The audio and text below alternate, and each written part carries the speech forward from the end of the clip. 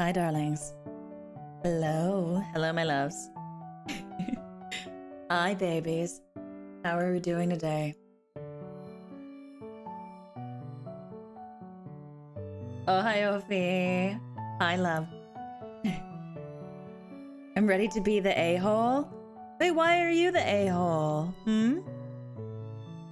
I'm good. How are you, Faylord? Hi, darlings. Hello, hello. Yes, happy Easter for those of you who celebrate Easter. I actually forgot about Easter. If I had known, I would have done something a little more exciting, I think, than Am I the Asshole? But this is really, but I'm very excited to do this. I see a lot of videos on this like subreddit, so I'm very curious about it. Wait, really, Kubin? I've actually never really properly been through this subreddit. I mostly see like videos on it. Yeah, happy chocolate day for those of you who just want it for chocolate.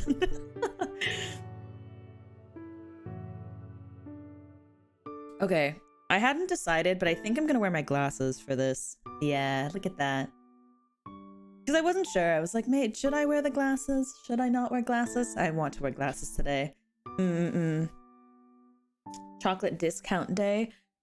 I'm not a huge chocolate like lady, so I'd probably end up getting like other candy, but oh, like what is it? Like those, what is it? What are those called? Peeps? Like Peeps, like they are they're like the really extra sugary what is it? Extra sugary like marshmallows or something like that. Oh, thank you, Ruby. Yeah, marshmallow peeps. I've never had one, I don't think. It's okay, Joshua. Hi, darling. Yeah, they're marshmallows. Which, by the way, I should mention, so many of you guys have... I've said this before, but I got so many, like, really nice messages last night. I was, like, having kind of a bad night last night. And just, like, out of nowhere, so many of you sent me such wonderful and sweet messages. I started to, like, cry. I was so happy. You guys made me so happy last night. And so I just want to say thank you for that. It was so lovely. But anyway, if you're not familiar with what we're doing today, we are doing this thing called Am I the Asshole? It is a subreddit on reddit.com. Let me move this over.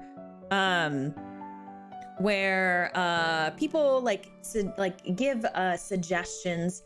I did get your video, Marshmallow. I want to like reply to it properly, so I haven't gotten a chance to like watch it. So don't worry, I didn't forget. But basically what this is basically like we get to read scenarios and then we have to figure out if like that person's like a jerk. You know what I mean? Something no, not something happened. Like, you know how sometimes like you just kind of like you get really sad all of a sudden for whatever reason, or like you be on this, you're like really on this emotional high, and then like once it's all over, you kind of just get a little sad. It's kind of like that, basically. Beatbox! This is my first super chat, and I just want to say how much you mean to me. I'm so proud to call myself a ghostie and have you as my Oshi. Beatbox! That's really sweet. Thank you for the green thing, darling. I appreciate it very much. Mwah. Yeah, it's just the brainworms. It's just the brainworms. But you guys cheered me up so much. It was really lovely. Like, even if you don't think that you are, even if you don't think that you are good at words, it is really lovely just to see something kind. So I appreciate it very, very much. I get that with anxiety rather than sadness. Yeah, that's understandable. I also have really bad anxiety, so completely understandable. I completely, like, you are so understandably valid. Like with all such things, a decent chunk of the posted scenarios are completely made up. Yeah, and that's totally fine. I think it still makes, like, I think it still, like, is fun. Especially because we can talk about it and, like, kind of enjoy just, like, sometimes, like, the absurdity or, like, the seriousness, you know, that kind of stuff. So I'm excited. I'm excited to do this, and thank you guys for spending time with me today. I know that for a lot of people that it's like a holiday that they spend with their families. So thank you for letting me be part of yours. So, is there anything else besides bomb? Yeah, you can battle each other. You can sit, you can lay down. Some people like to try to lay down in front of or under my boobs. So, but anyway, so let's get started. This is the first one. So I will go ahead and read them. Let me actually make it larger for you guys. There we go. Okay. So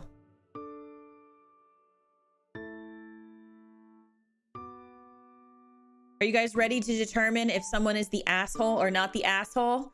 Hewan! Hi, Hewan. How are you? How was your last stream as a witch? How did that go? Did you get emotional? Did you feel it?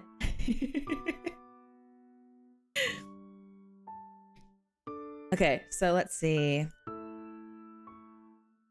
It was a lot of fun. Good. I'm glad.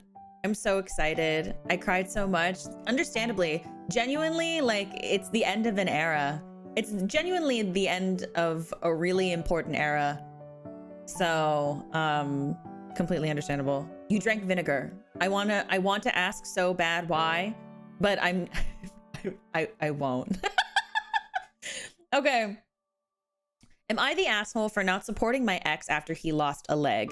I, 29 female, dated my ex off and on for 7 years. He was my first love and university sweetheart. After our last breakup, we reconnected 4.5 years ago and dated for a year. He was emotionally manipulative as our past experiences / relationships, so I broke things off. A year after the breakup, I got a call from him in the hospital, all groggy and incoherent, telling me that he had his leg amputated due to an accident that I later learned that he lied to me about, not the amputation, but why it happened. I still had contacts of all his friends and family members, so I let them know ASAP. He let me know what hospital and ward he was in with the expectation I would visit him. Unfortunately, I was out of town due to work, so I could not visit him. Honestly, even if I was in town, I don't think I would because I know how manipulative he could be and I wouldn't take the chance. By the time I got back to town, he was discharged and going through physiotherapy in a town 1 hour away from where he lived. I did not see him. Ex and our mutual friends have been blasting me for being harsh and inhumane for not going to see him, but I feel like I did everything I could in that situation. Am I the asshole?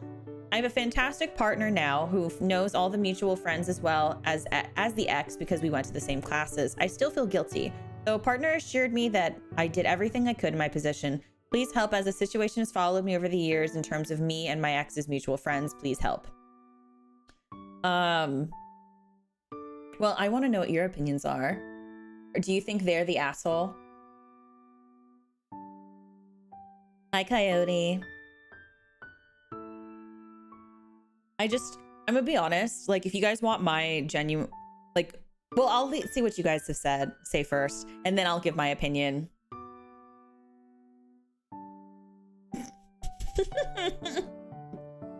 So, what NTA is not the asshole, YTA is yes, the asshole. But Void, that was really funny. Honestly, actually passing the message on to other parties was already more than should have been expected on a personal level and amounted to base indecency. Yeah. Okay, cool. So you guys also think not the asshole. I think it's kind of very absurd, personally. I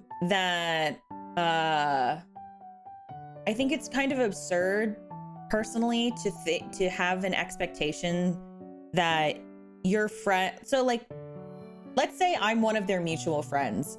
I think it's just kind of ridiculous to expect her to go see an abusive, a manipulative ex, and they've been broken up for what did she say? A year or something?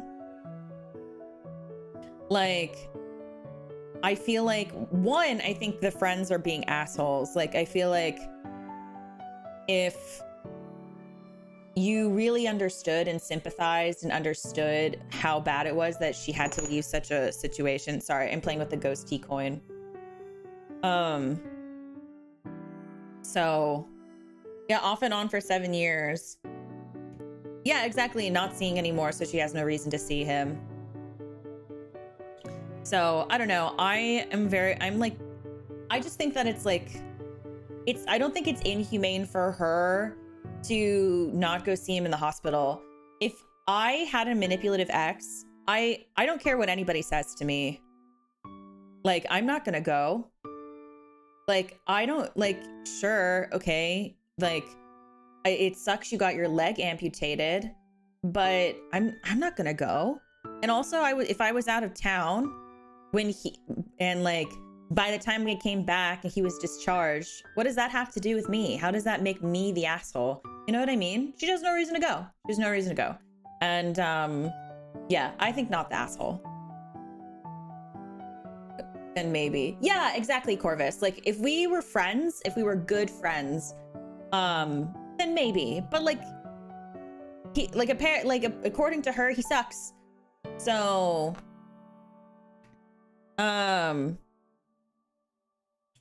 you know, like,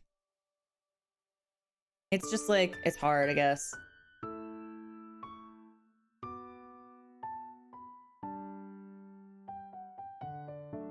You were part of their life after breaking up. The ex. Okay, so here's my problem. We only have her word that the ex was manipulative. Yeah, but like, if you take that out of there, they're not friends regardless. They're not friends. They have mutual friends, but that doesn't mean that they are friends. Why would you go visit somebody in the hospital that you don't even know? Like, there should be no expectation to go see him. You know? Like, whether or not he was manipulative, you can take that out of the scenario. But if they're not really, like, close friends, and they've been broken up for a while, she has a new partner, there's no reason.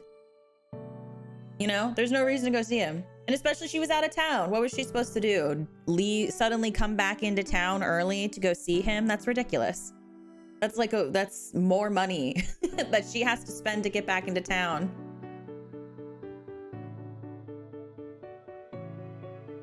You know, like, what's it called? I mean, they date off and on. He may still see her as a friend. I don't know. I mean, like, with this, you kind of have to be okay with, like, the one side. It's just like, to me, if I was in this situation, whether or not they were manipulative, I was out of town. I could not go see them. And I'm not going to make the extra effort to go see somebody that, what's it called? You know, like, I'm not going to go make the extra effort to go see somebody that I don't consider my friend. If he considers me his friends, then you know, that's on you. But like, what's it called? I was just like, I wouldn't. Like, whether or not they ended on good terms, you know? It's just like, it doesn't make any sense to me. Like, sure, you can argue that, like, maybe he still thinks they're friends. Or like you can make the argument that, like, only through her eyes, they are not friends. Okay? Still doesn't mean she have to go. You know what I mean? So I don't think she's the asshole. And I think it's completely fine that she doesn't want to go. She didn't have to go. And I think even in this scenario, I still feel like the friends, like, should be more understanding of that situation. And I think just in general, people should be more understanding of, like, people not being able to go see people. Like, I can't always go see my friends, or if, like, something happens to them, I can't drop everything to go see my friends. It doesn't mean you're a bad friend. Like, it just means that you're adults. You know, having an adult friendship doesn't mean that I can drop everything for you and go see you. And it doesn't mean that I don't care. It just means that I'm unavailable. you know? And I think that is something that is also a huge part to consider for this situation. Like, if you want to take it, like, you can take out the X, you can take out the manipulative part. Like, you know, you can take all of that out and it still doesn't change the fact that people have things that they have to take care of. You have obligations that you have to attend to. You can't just suddenly reroute your entire work schedule and your life just because of something like this. You know, so it's like,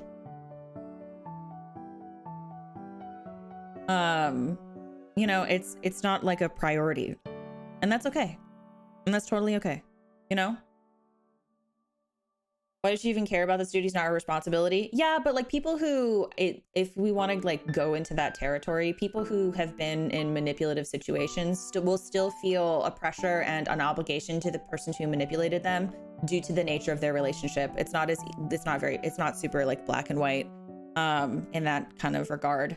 So my answer is not the asshole. Okay. What is wibta? Would I be the asshole? Is that what that is? Is that what wibta is? Would I be the asshole? Okay. Cool. I was like, I don't think I've seen this before. I was like, Okay. Cool. Okay, so would I be the asshole if I told my best friend not to bring her— so much fun with you, my love. Thank you. I feel like AITA posts are almost always far ends of the spectrum. Either obviously the joyful, or guilt-tripped into thinking they are the joyful while they're not. Which is probably why the posts are so entertaining. Yeah, I didn't disagree with that, Patcha. Also, I love that TTS TTS was like replaced asshole with joyful. Oh goodness gracious, that's so funny. But thank you for the dono, darling. I really appreciate it. But yeah, I find them entertaining, and like you kind of have to make like moral decisions based on one side of a story. So, I following, don't worry about being late. You're fine, darling. Am I the joyful? It would be AITJ.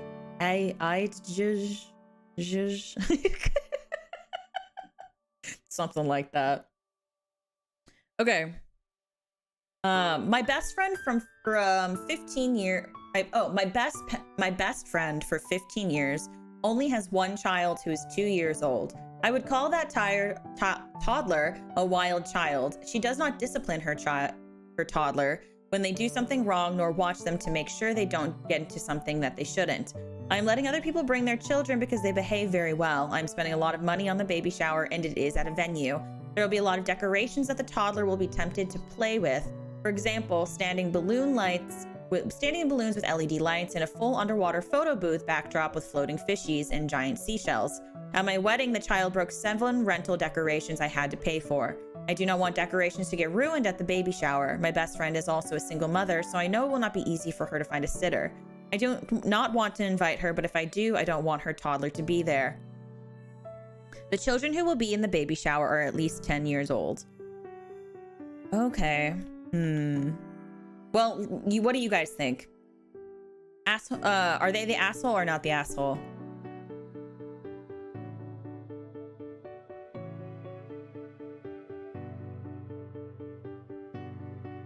Seems kind of absurd. I don't think so. Some people like to go all out for like their baby showers or some shit.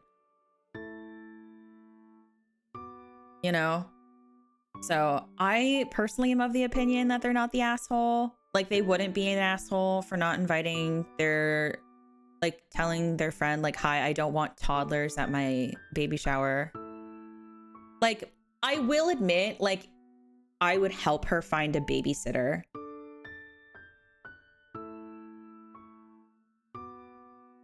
You know?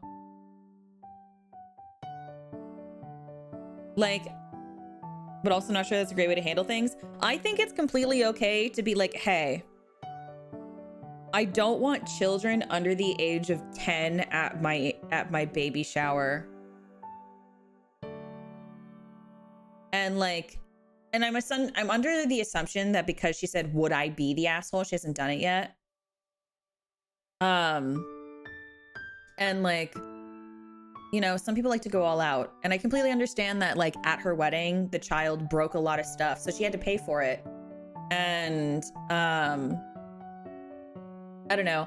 I personally am on the side of not the asshole, but the thing is, it also depends on, like, how you choose to go about it. Like, girl, if you don't want children there, like, if you don't want young children there, go with God or whatever. Just go forth, have fun, you know, go tell her, hey, bestie, I don't want your kid at my baby shower. Oof. You know, I mean, isn't it also like they call it the terrible twos for 2-year-olds?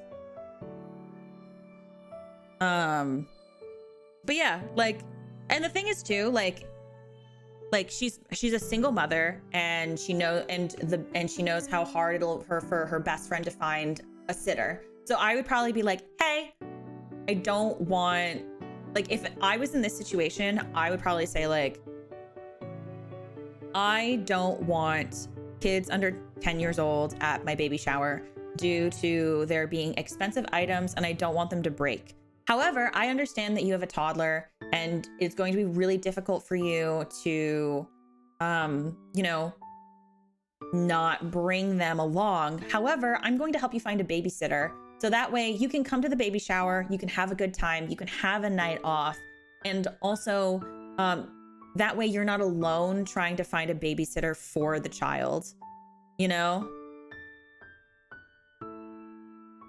Like, you know, you have to, I think you, in this kind of situation, you want to give some credit, at least a little bit, to the mother, because she is a single mom. We don't know if she's working. She could be working. And so it's difficult for her to balance both working and the kid at the same time. Right. And,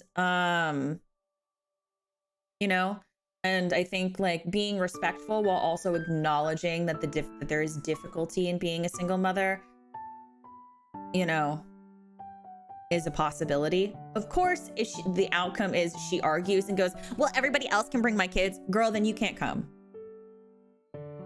I don't care if other people can bring their kids. I said under 10. Under 10, you cannot bring your child. Absolutely not. No, no, no. I said what I said. This is my baby shower. Like, I let you bring my child. I let you bring your child to my wedding and it broke shit. We're not doing that again. So like, if you don't want me to help you find a babysitter, then you don't get to come. That's that. This is my party. It's my party and I'll kick you out if I want to.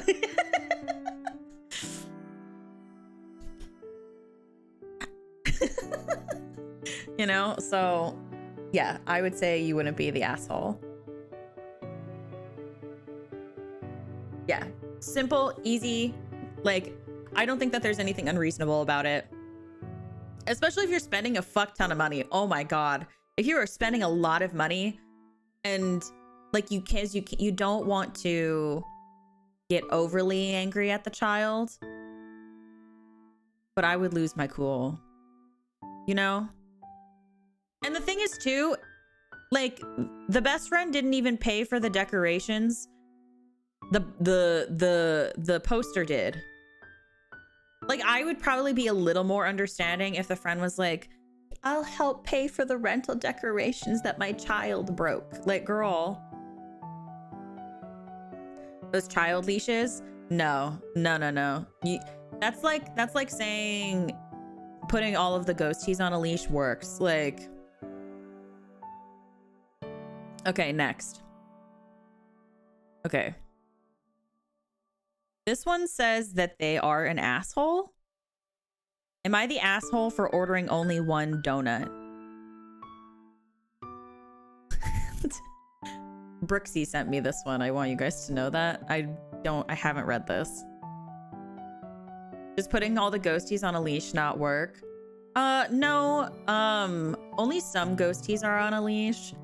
Some are not on a leash. And it really depends on how well you behave. So everyone say thank you, Brooksy. Yes, the asshole just on the title. I know that, but I want us to make the decision ourselves. Because, like, what if we disagree?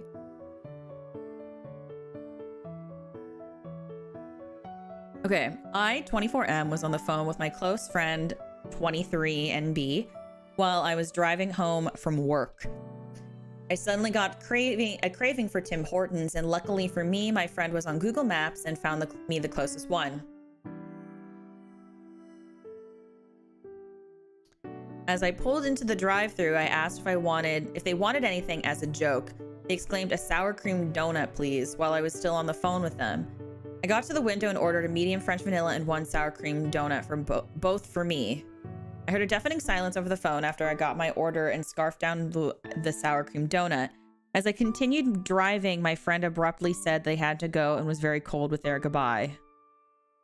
The next day, I asked if anything was wrong, and they didn't that they didn't receive the donut, and they mentioned that I do this all the time. I'm afraid I'm going to lose this friendship over sour cream donut. Am I in the wrong?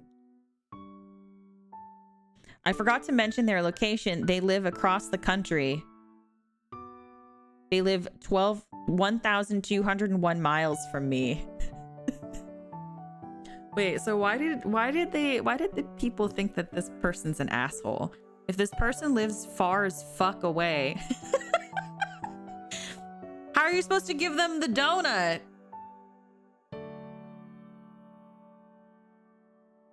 Why do you guys think that they're the asshole?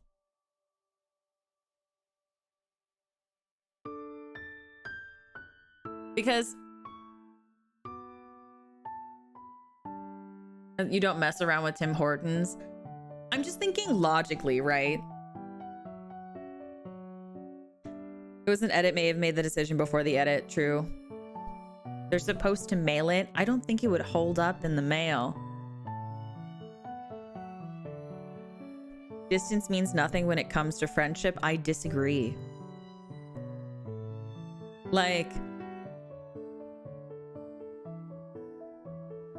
probably the straw that broke the camel's back, but I guess it's like there's no context for the rest of it, but like,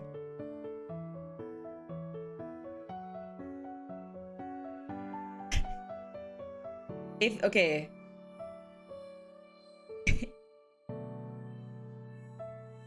If the thing is, I've done this and none of my friends have ever gotten upset at me for not sending them a random donut or like random food, because I jokingly also was like, what do you want? Like,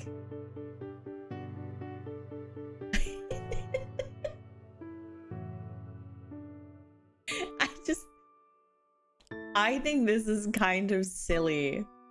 How many times have I done it? I do it quite a bit. Like, I'll be in like a voice call and like on Discord, and like I'll be on mobile. I'll be like, I'm ordering food. And they're like, oh yeah, get me something. And then I'm like, yeah, what do you want? And then like I don't actually end up getting them anything. Because why would I get them something?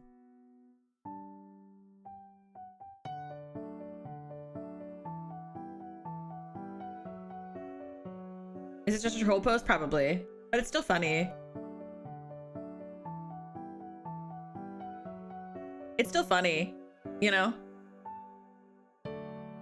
Like, what do you want me to do? Eat it for you and describe the way the food feels in my mouth, so that way you like That way you know what it's like. Like, what do you want? Like, what do you want from me? Why ask what do you want? Because it's funny. It's a joke. Like, to me, it makes sense. I guess it depends on the person, but I think not the asshole. Could have door dashed him a donut. I don't have money to be buying my friends donuts all the time. You gotta mama bird it? No. I'm not gonna mama bird food to my friends. That's super strange. Coral.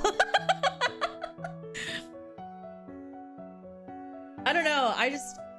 Obviously, like, there's something deeper in it if they're like, I'm afraid that they said you always do this. If they say they always do this, that means you've done something in the past that makes you a giant dick. But like, I'm talking about donuts.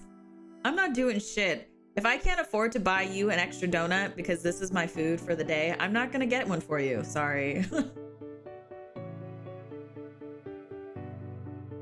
Like, I'm just not gonna do it.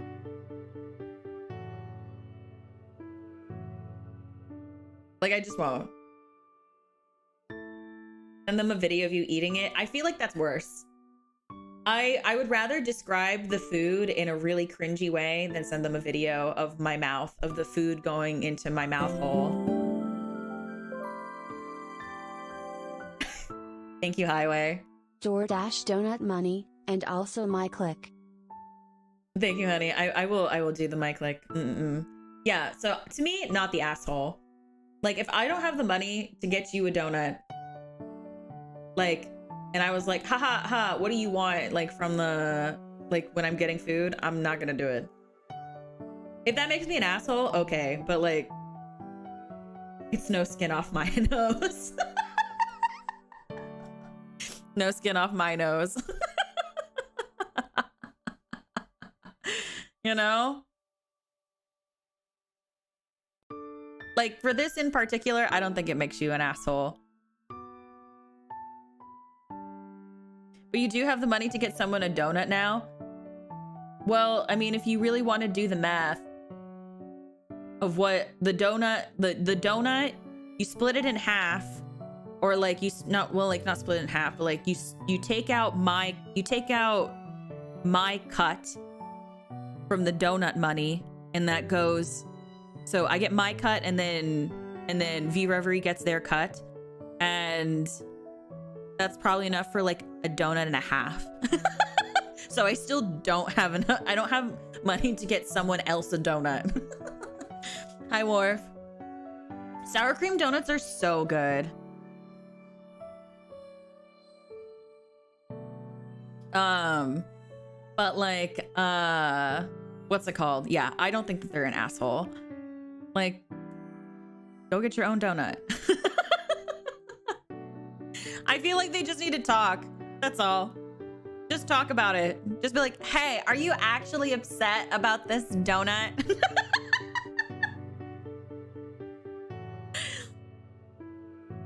Like, are you actually mad at me because of a donut? I need to know if our friendship is at stake.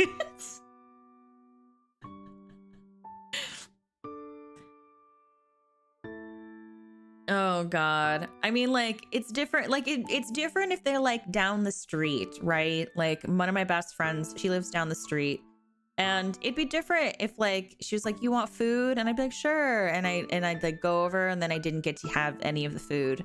Like, that's different. But like, if you live thousands of miles away from me, you ain't getting shit. Unless I can afford to DoorDash it to you, you ain't getting shit from me. Sorry.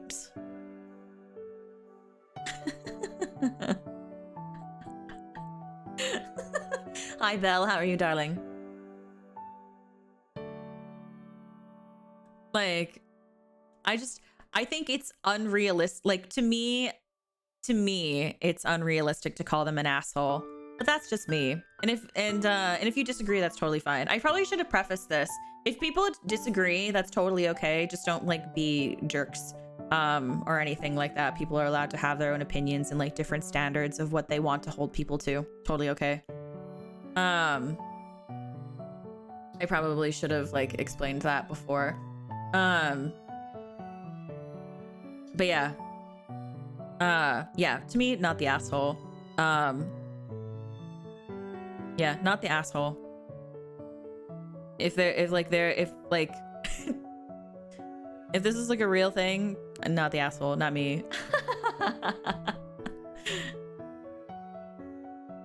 I made it. That's so good, Nicholas. Someone should do that. I think that's funny. Okay, next one. Oh wait, hold on a second. I want to get some more water.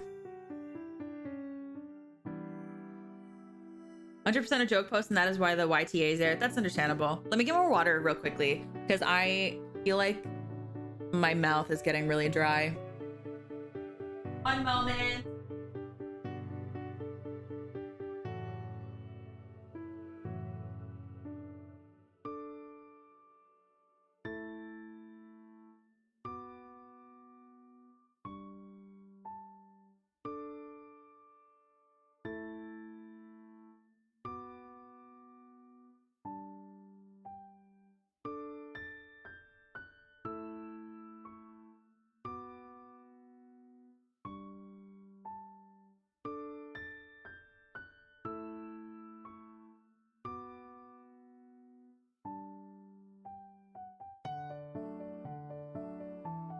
I'm back.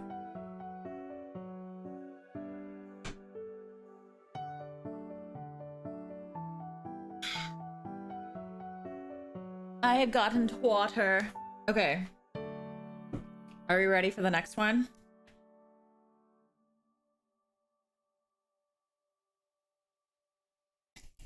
Okay. So, thank you.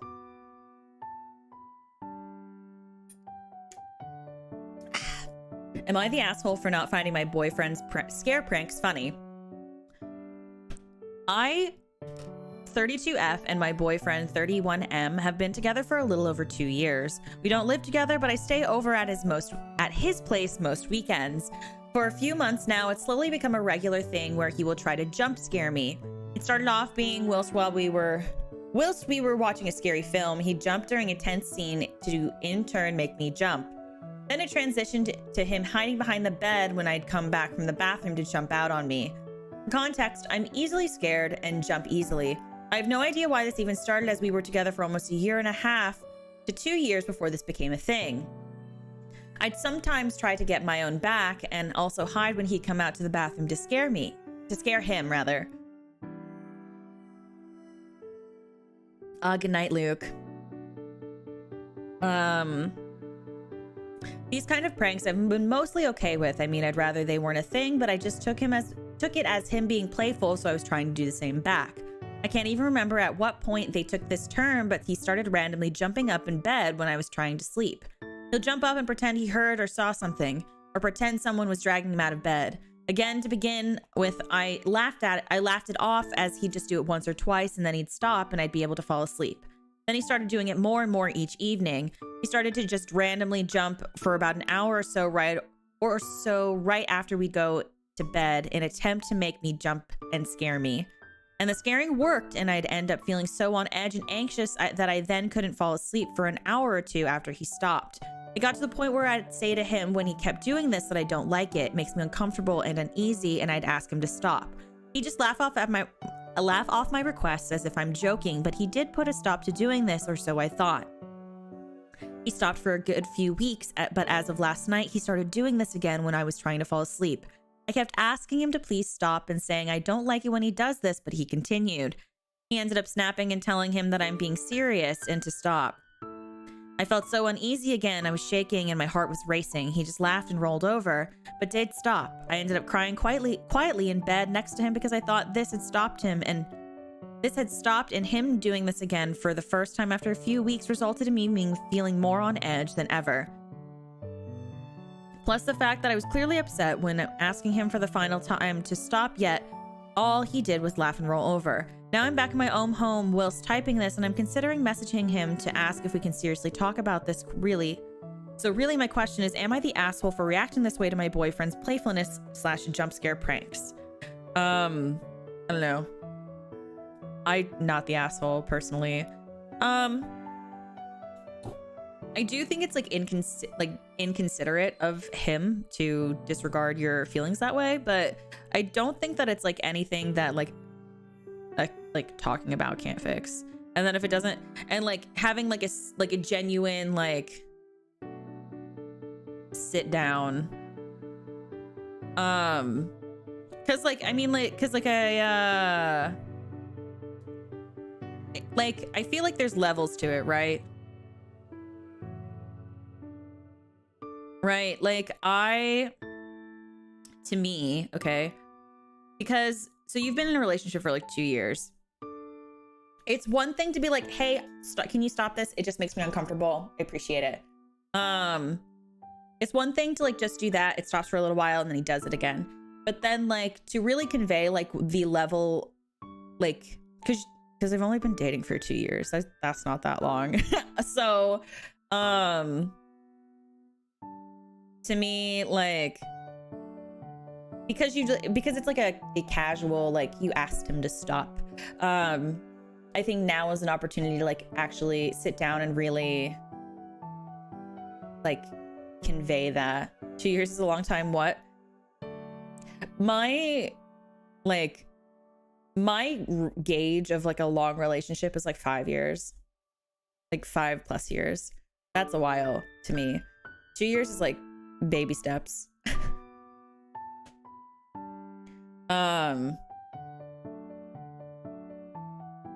Because there's still so much that you need to learn. Like, because 2 years, it can sound like that's married. I know some people that have been together for like 10 years and they're not even married. You know, like I just think that there's a lot that you can learn that you haven't learned about being in a relationship or haven't yet reached as a milestone in 2 years.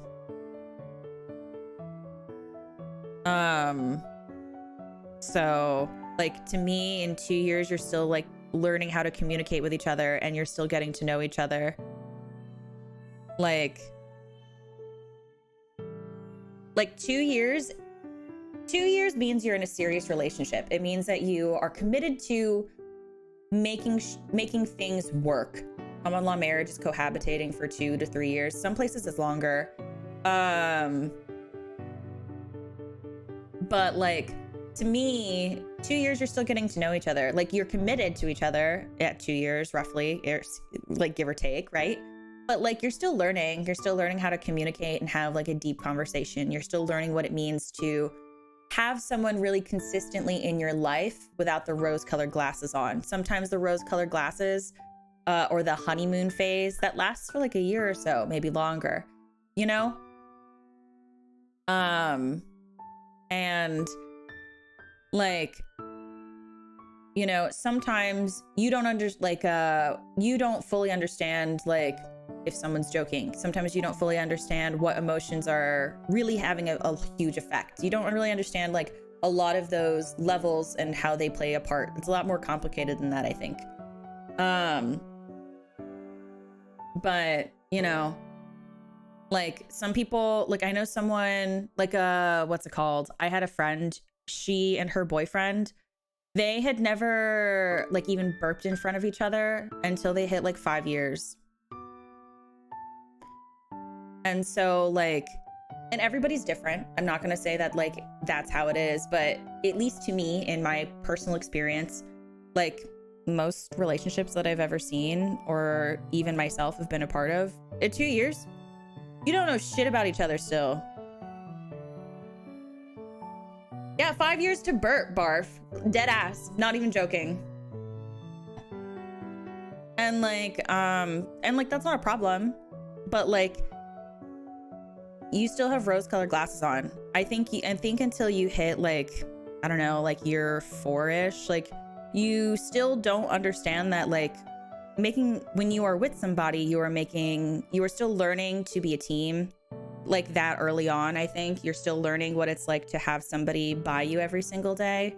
You're still learning that you have to adapt a little bit more to accommodate the fact that there's another person. You learn at some point that the relationship is no longer because I love this person. And so this is because of what I feel. That's why I'm here. It becomes more, this love is a choice, this choice that I want to make every single day. And that is the teamwork that I want to have with this person. That is the team that I want to create and have with this person. I mean, it doesn't always have a relationship. You started dating your best friend from childhood. You definitely do some big stuff about that person. I personally disagree based on personal experiences, but like I said, this is all my personal experience. Like, it really just depends. So to me, like, this is just like, it sucks that like she feels that uncomfortable, but I do think that she just needs to sit him down and tell him he's being a dick and not just be like, hey, I'm uncomfortable. Like, it makes me uneasy. Like, you're actually being a fucking asshole. And like communicate that. But that's just me. So again, I don't think that she's an asshole for not finding the scare pranks funny. I think that they just need to sit down and have like a talk about it, so that way she can convey in an honest manner how it's actually making her feel, and not just like laughing it off and like casually being like, I'm uncomfortable. But that's just me. So I don't know their relationship. I don't know them. I just know what I'm looking at, or like the way that she's explained it to me. And this is like, if I were her friend, this is the advice I'd give her. Easy peasy. You know? Because maybe they've never had this situation before, and that's why she's distressed. If she's never had to like look at her boyfriend and be like, hey, you're being a fucking shitty ass person right now. If she's never had to do that, that's completely understandable. It's totally fine. She just needs to go do that. So we don't know, but that's my take on it. So again, so like I said, not the asshole, but that's how I feel about it. Yeah. So anyway, next one. Okay. Am I the asshole for not inviting my mom to my wedding? Ooh. Spicy. Okay.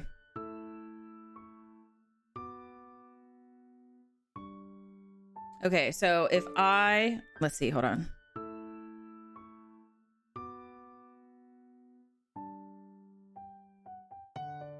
If I, 27, have been with my partner,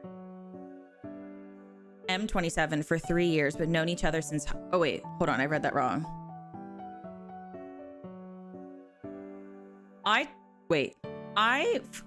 My voice cracked. Female 27, have been with my partner, M27, for three years, but have known each other since childhood. Gross. Sorry, that's just my reaction. It's not actually gross. Sorry, habit. I've never believed in the idea of marriage, so my wedding is more sort of a spiritual ceremony to combine two souls.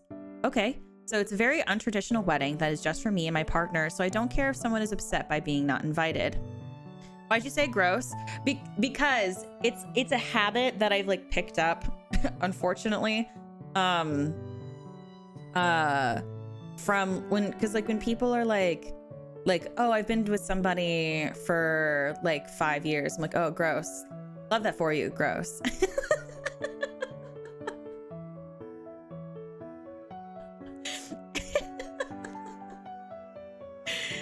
And I'm just like, ooh, yikes. And it's not a bad thing to be in a relationship that long. It's just a habit. Anything that like is romantic, you'll probably hear me say something like that. Like, I've talked about my my acting school boyfriend a bit. We hit like, I think I want to say like 3.5 years or something like that. And people were like, how long have you been together? And I'd be like, ugh, unfortunately, we've been together for like 3 years. It's so gross. I'm sorry. Like it sucks. And I thought it was funny. But other people didn't think it was funny. I thought it was funny. And I still think it's funny. So...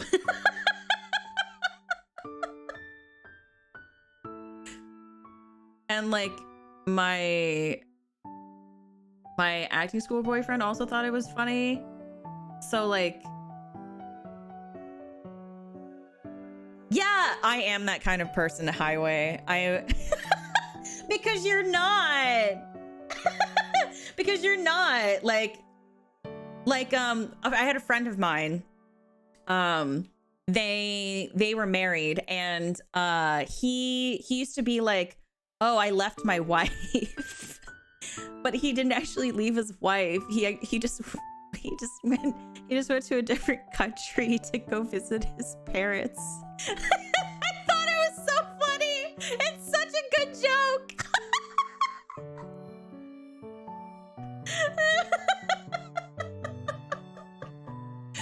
I don't know. I think it's great. I mean, I was working at the Hooters adjacent, and I got like a new manager at one point, and they were like, oh, okay, so you have like a boyfriend? And I was like, yeah. And they were like, oh, really? And I was like, yeah, we've been together for like 3 years or so. And they were like, oh, good job, nice. And I was like, yeah, it really sucks. You know, sometimes I miss being single. And the bartender and I were really close, and she'd be like, Ophi, you can't say that to people who don't know you. They're gonna think you're being serious. She likes her boyfriend. Stop. And I was like, don't tell people that. Hope he's doing well. I have no idea. We can pretend.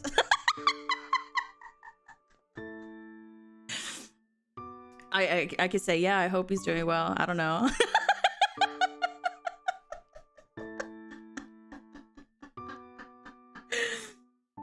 Oh God. But yeah, so if I ever say things like that, it's not serious. It's just because I don't take anything serious. Oh goodness gracious. See, this is why I'm single.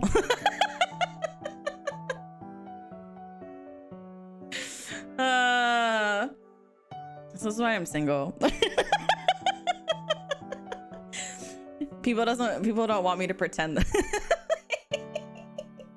that I dislike being with them.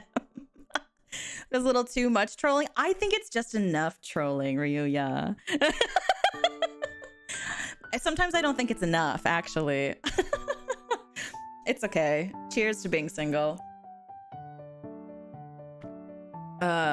You said it. Hey, I'm not complaining about it. There's nothing wrong with being single. I don't care what anybody says. Being single has perks, you know what I mean? Until singles awareness, you mean the day of like fun, right? Just feeling a little chaotic. Brooksy, fuck off. No, I would never jump scare my partner. No.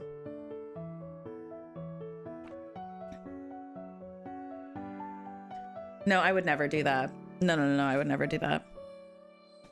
No, I'm more the type, I think.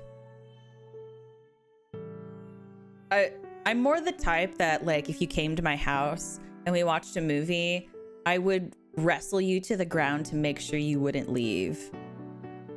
But I don't think that's surprising.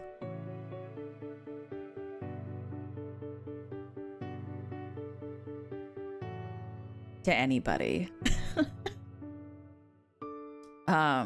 Like,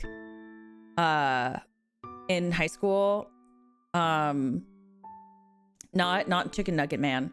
I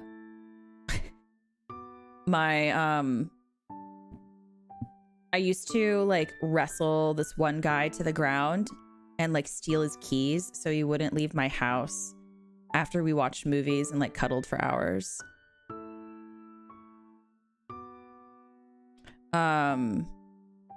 Like, I would take his keys and I would put his like legs in a lock so that way he can leave.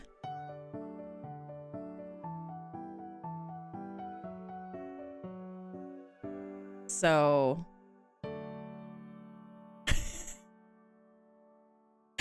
I'm just saying, as your resident yandere, no one should find that surprising, I guess. You can say not chicken nugget man. Yeah, well, because chicken nugget man, we don't respect the chicken nugget man in this house. A thigh lock, yeah. I basically, because I have really strong legs, and that's where most of my strength is. So like, I would intertwine my legs around theirs or like around their body and like force them to stay, and then shove all my weight to like make sure they don't go anywhere. Haha, a teehee. Lock on. Did he have a job to get to or just on free days? I'm sure he had places to go. I didn't. I'm clingy. What can I say? Anyway, can we get a demonstration? Maybe the day that I get a 3D model, I can give a demonstration. That's scary behavior? Then you're watching the wrong VTuber. That's quite normal around here. Right? I think it's quite cute. There's nothing more romantic than being super clingy, right?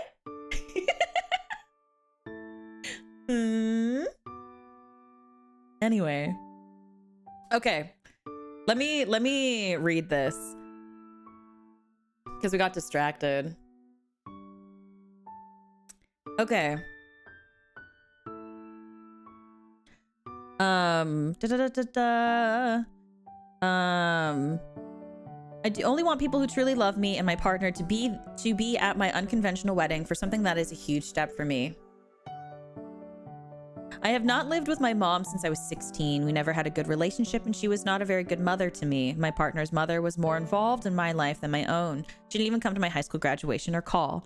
From 18 to 21, I had barely any contact with my mother. We didn't live in the same state, and there was no reason to see each other. I didn't reconnect with my dad until I was 23, and our relationship in this short time is better than mine with my mom. I've tried to fix my relationship with my mom in recent years, and she has had no interest in me and continues to criticize me. So naturally, I didn't invite her to my wedding, which is in 2 weeks. My partner respects my decision as he's seen firsthand what our relationship is like.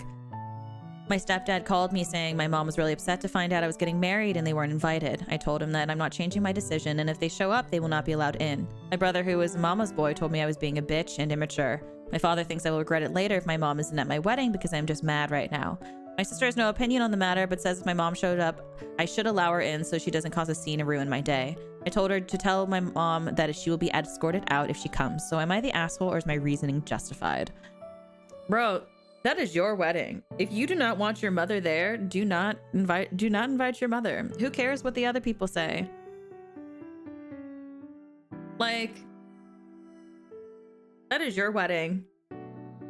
Cause like, I get what like the father is saying, like you might regret it later that your mom isn't at the wedding, right? You might. Well, he said I will, but like still you might, right? Like might. Sure. I get like the concept of that. But who cares? It's your wedding. And if she's gonna cause a scene, you don't want her there anyway. Fuck? No shit. Like, don't let her in. The fuck? No, I think this is probably the easier ones out of all of them. Not the asshole. The fuck? Absolutely not. Like, considering that you have no relationship to your mother, why would you invite her? No. Like, what? She can maybe go to the reception. I wouldn't even let her go to the reception. If I did not have a relationship to my mother and I was getting married, I would not invite her. No. I will not, like, I do not think that just because you are blood related, it does not mean that you are entitled to major milestones in my life.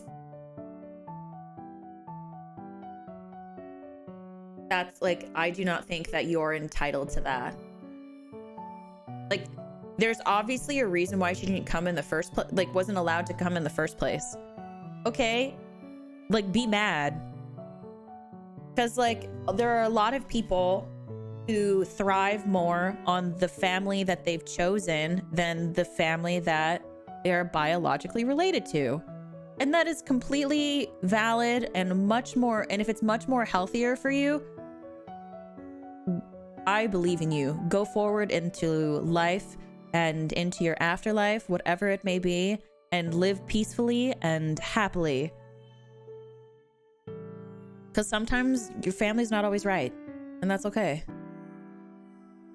You know? Like, it is your day. You get to it. This is your wedding. This is your wedding. What if they bring Taco Bell? I will take the Taco Bell and they can leave. You know, like, even in biological familial relationships, you still have to put an effort and you still have to be able to make a connection to that person. And sometimes it just happens to be that you will have connections to other people that aren't your biological family that are much stronger and more meaningful to you than your biological family. And that is completely and incredibly okay. Like, no one should ever feel bad for cutting out family members. It's a big step. It's a really hard step, especially because you're raised to believe that your family is always right. If you are in that kind of situation. But like, okay, you know? Yeah, literally. Thanks for the gift. Bye. Give me the Taco Bell. Like, cool, free food. Thanks for the free food. Thank you for paying for it. I'm glad that you did. If you send me a bill for the Taco Bell, I will not pay for it. Thank you. You know? Totally valid. Besides, it seems to me that the mother, absolute bitch anyway, so who cares? Anyway, next one. Easiest, not the asshole. Easiest one. Ooh, am I the asshole for hating my engagement ring? Ooh, I'm about to go in. Ooh, I'm about to go in on this. I have a lot of opinions about engagement rings. To base an entire family's history on? Nah, I disagree, but that's totally fair if you disagree. Okay. Me, 33F, boyfriend 33M have been together for almost 3.5 years. Okay. We had talked about getting engaged and our future together for a few times, and one day he asked for my ring size. I told him and confirmed whether he'd made a purchase yet or not, which he hadn't. I was set on having a gold ring with sapphire and diamonds, inspired by the Zora sapphire from the Zelda franchise, but not exactly like it.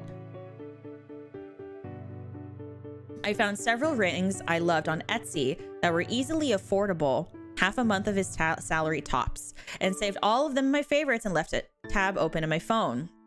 Kiev and I have access to each other's phones, and I told him that the tab was there for him to look at. I also showed the rings to our close friend so she could help him. He later showed me pictures of rings he found online that were replicas of the Zora sapphire with silver bands. I was honest and I told him I didn't like them and that I hate the silver and how silver looks with gold and with sapphire, and I reiterated what I liked in a ring. 4 months later, he botched a proposal, wrapped the ring in plastic wrap and put it in one of the plastic capsules that come in a Kinder Surprise egg, and had it floating in a full bath while I was naked, vulnerable and visibly tired, irritable after a 13.5-hour workday. He was fully dressed, and the day before we were supposed to go on a beautiful date. The ring was the Zora sapphire with a silver band that he knew I didn't like. Apparently, he ordered it before showing me the pictures and didn't consider canceling the order or returning it. I told him that given the circumstances, I don't think we're ready for an engagement, and gave the ring back without accepting the proposal. He was understandably upset and angry and calmed down eventually when I told him it doesn't change how much I love him. It's far too late to return the ring, so if we get a different one, then we're taking a loss. Am I an asshole for asking for a different ring and wait longer to get engaged? Girl, no. Absolutely not. No. Fuck. not the asshole. The fuck? No, you're not in the wrong. The hell? Bitch, you... I have so many opinions right now. Okay. I'm gonna say this. If you... Not that any of you love someone more than me, but... Like... If you are getting engaged, talk about the ring. Talk about it. Talk about it. I don't care. Like, if you want a surprise, like, if you want it to be a surprise, at least, like this was like a good example of like, she showed him what she liked, so that way it could still be a surprise. Like, completely. Just like you can still, it could still be a surprise, but she just told him what he liked. Or you can go shopping together. That's like a thing that you can do. Like, I don't know if people recognize that, but like, you can go ring shopping together. Like, so that way she loves the ring. You, like, whoever the partner that, like, or I guess I shouldn't just say she, but like, so that way the person that you're proposing to likes the ring. That way you're not wasting your money. Like, to me, she communicated what kind of ring she wanted. And then he still went with the other ring. Hi, Neko. I'm good. How are you, darling? Happy 5 months. I just... Like, the major issue was that it was in silver and not gold, right? But to this is a girl, right? Yeah. To a girl, like, at least to me, I know that matters. Like, what's it called? You know? Like, especially because she did everything right, okay? So, like, she showed him what she liked in a ring. She showed him affordable rings that weren't, like, super expensive. So that way she could get what she wants. He doesn't have to break the bank for it. And then that way they could, you know, go. But, like, because the thing is, in the end, right? If she wants a ring like that, she can buy it for herself. I think I understand where you're coming from, but I disagree because in the like, I guess, like, the world of being proposed to, like, I think you have to take into consideration that these are two people that wanted to have the act of a proposal, that wanted to have to, like, she wanted to be proposed to, he wanted to propose to her. Like, it's like, you kind of have to take that into account, especially because they did discuss getting married quite a few times. They did discuss, like, their future together. Should a wedding ring be a video game reference? Some people like that. You know, her getting her own ring kind of defeats the purpose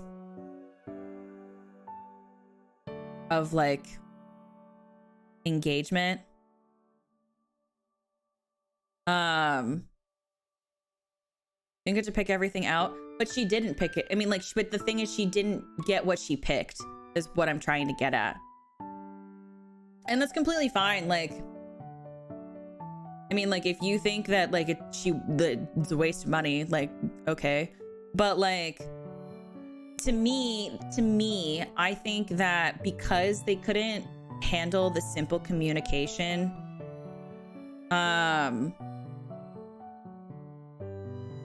like, of, like, the ring itself, to me, I think that they don't think they should be getting engaged anytime soon.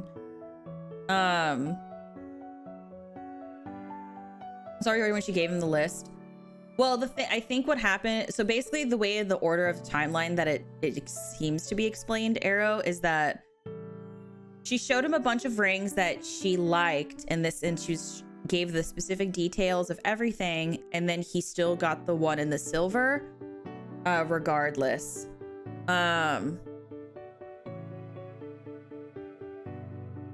You know, so like in this kind of situation, it really also depends on what is valuable to you.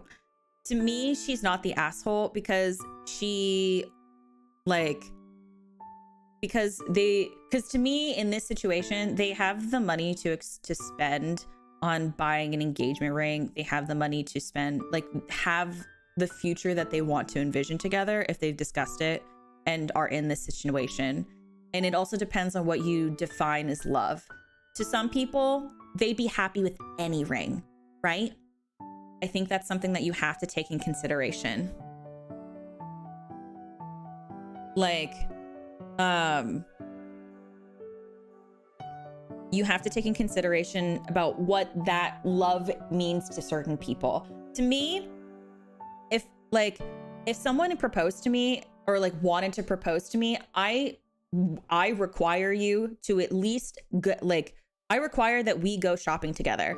I don't want you to spend money on because the thing is, for me, I don't want you to spend money on a ring that I'm going to hate, because I'm going to hate the ring and I have to wear it forever. You know what I mean?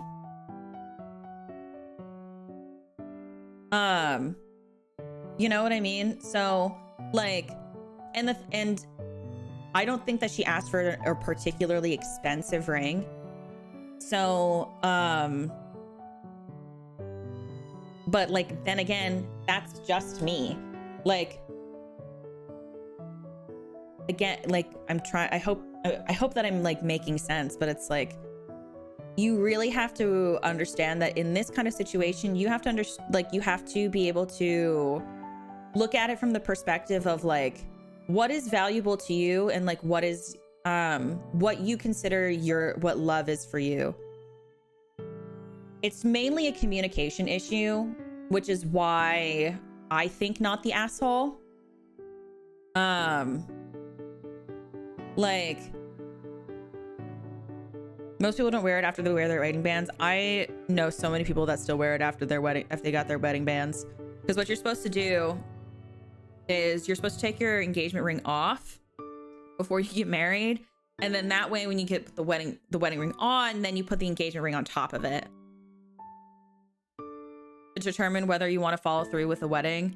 I don't think it's necessary. I don't think it's that. I think seeing it as just like the ring is the thing that determines whether or not you have a wedding is kind of defeats like what she's saying. Like, because she says that he's understandably upset. It's hold on, my scroller isn't working.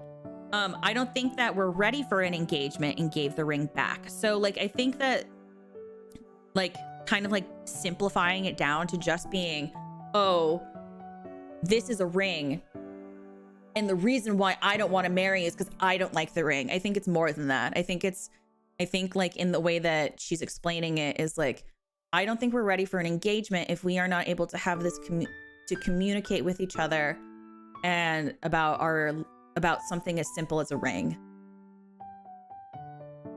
That's what I think. So, you know, so like, again, like, it really comes down to it. I don't think this makes her an asshole, like, at all.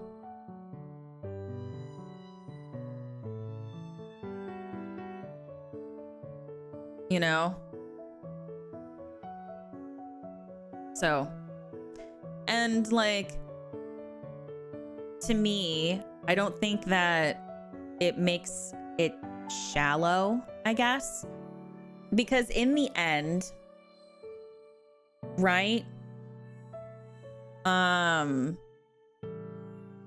the end, like, we can argue about like, or discuss our views on how that this should be handled or whatever. In the end, if they end up not getting engaged, they're saving themselves, one, a lot of money, and they're saving themselves a lot of heartache from being with somebody who may not fulfill everything that they need. They've only been together for 3.5 years. So like, you know, to me, if they don't get engaged and they don't get married, they are still opening themselves up to finding someone better. That, or like it's still a possibility. And if they choose to stay with this person, that's okay too. But like, you know,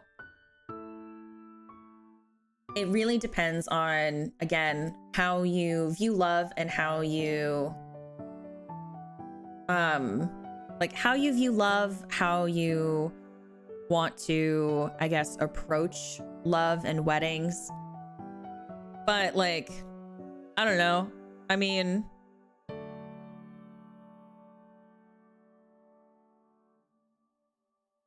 I don't think she's an asshole, but that's just me. So, because like, marriage is a huge commitment. And honestly, if like she communicated what ring she likes and he didn't even get the right one, or like, I don't know, she's like, maybe she's like when she talks to him about it, it's like she's super petty. Like if it's like little things like that, maybe they're just not, maybe she is right in the end, that they're just not ready to be engaged and they're saving themselves a lot of heartache that way. But that's just me. So like, you know,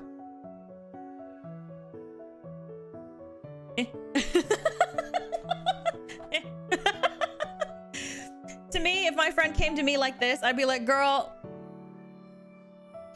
like on a like a very genuine level, if someone came to me with this information, like, because the thing is, I don't think that he would have intentionally gotten the ring wrong. I don't think that there's any guy, in any world, I don't think that there's any guy that wants to purposefully give their girlfriend the engagement ring she hates. I don't think that anyone wants to do that because because I think there's an understanding of how special and important that is. And like,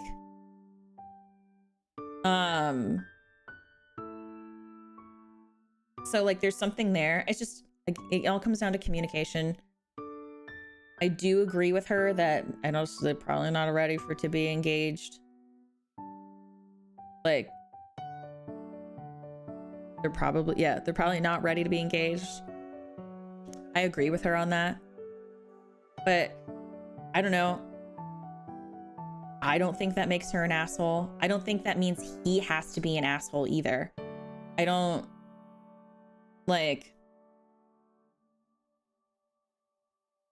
think that we have to live in a world where both people have to be assholes. They can just have had miscommunication. I don't know. But anyway, that's just how I feel about it. I don't think that she's the asshole. I don't think he's an asshole. I just think there's a communication issue. And I'm glad that they're not engaged. That's how I feel about it. I'm glad they're not engaged. Yeah, so that's how I feel.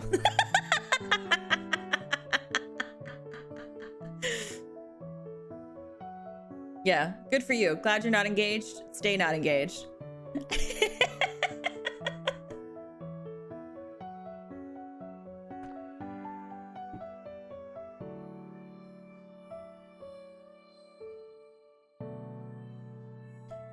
It seems something that's minimal and superficial to complain about. I'm superficial. If someone gave me an engagement ring that I really hated, I'd say thank you, but ask if we could go get a different one together. Like if we could return it and go get a different one. But then again, like I said, for me, I require you to take me ring shopping with you. It is a requirement. I have to see the ring before you put your credit card information down. But I'm also very materialistic. I'm also really superficial, so.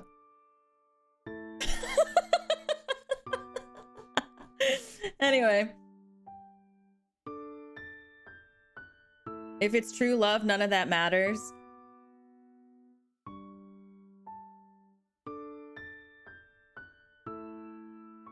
It depends on what your meaning of true love is, I guess. Like,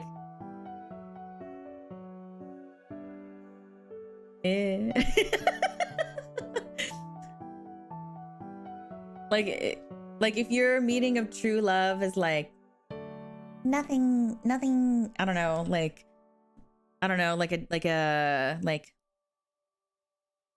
love in its purest form, etc. It's not really for me.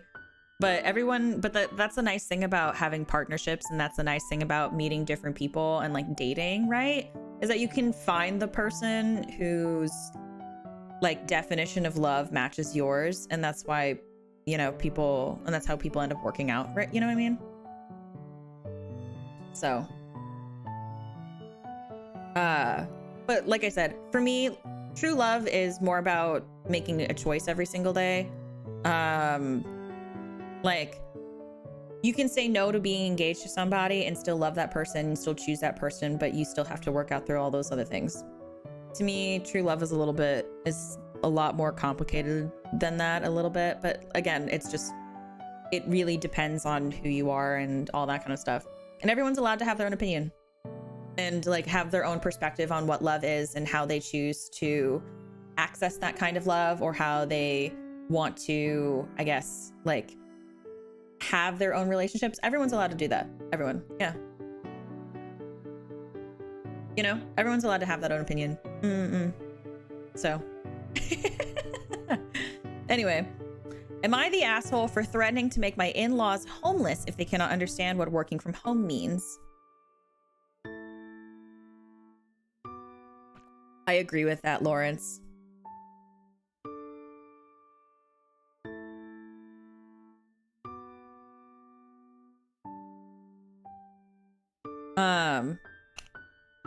You know, having a relationship is work, but no, I'm not saying that you don't think it's work. I'm saying like I think true love is fully dependent on the people that are participating in it. So everyone is going to have a different perspective on what that means, and they're going to want to initiate and react to it differently, and everyone's allowed to have that.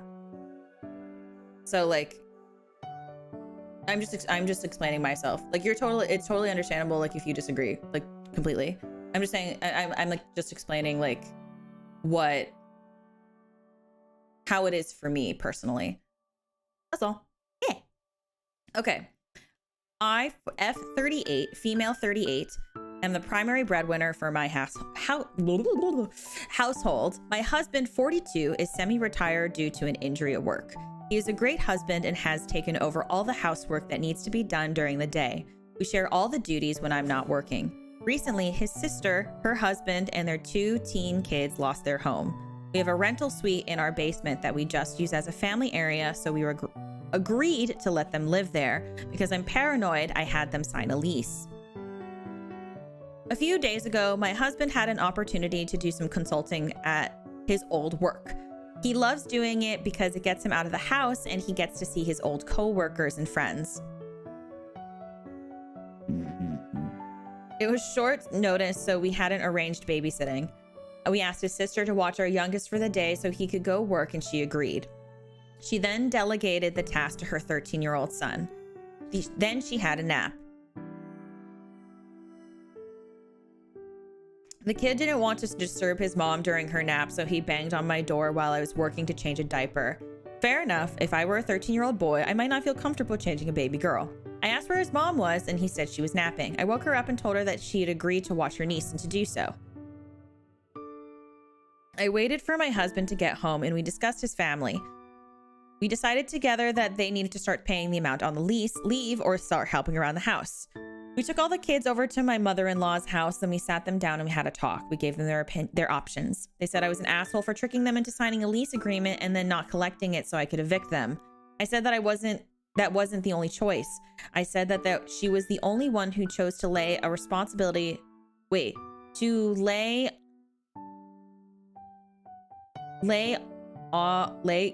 I guess give responsibility to a child. I said that I was basically the one supporting her, and if she couldn't help, then she had to give me money or leave. Neither her nor her husband have jobs right now. They are buying groceries with his unemployment benefits. I set up the lease because of horror stories I have heard about people claiming to be tenants. Oh, lay off. Okay. Hold on. I have to read this one again. Huh? I don't think I fully understand what I just read. Hold on a second.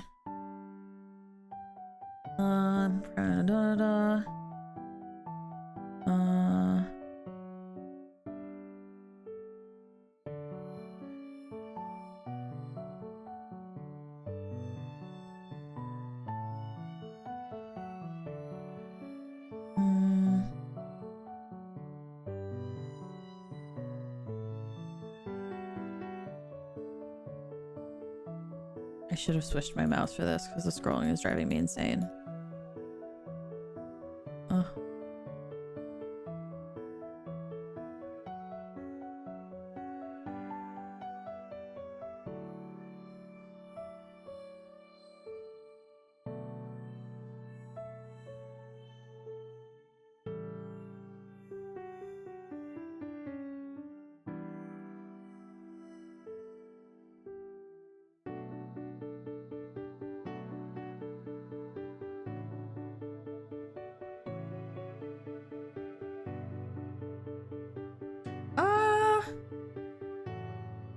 I don't think this makes them an asshole.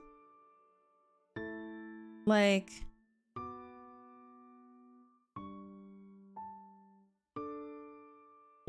the options are they either need to start paying the amount on the lease or they start helping around the house.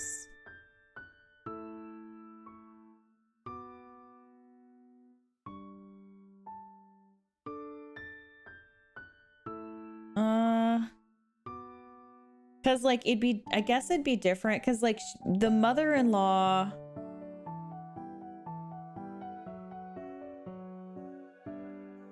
Okay, because it seems like the only thing that was understood is that the mother-in-law thinks that the eviction is the only option, but there's 3 options. You either pay the amount that's on a lease, they leave, or they start helping around the house. And I don't think that's an awful thing to ask for. Like, I think, hold on.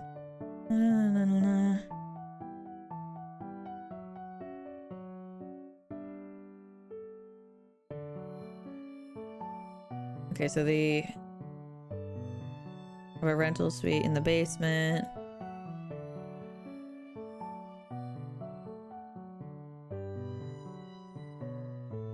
Okay, so she agreed to watch the niece.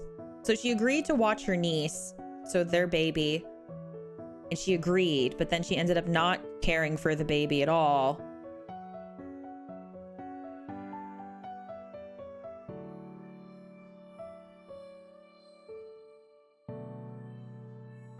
But the thing is, it says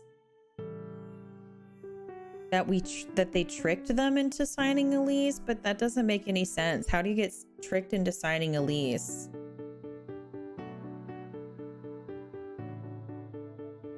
Because, like, if you agree, so, like, this in general, if you agreed,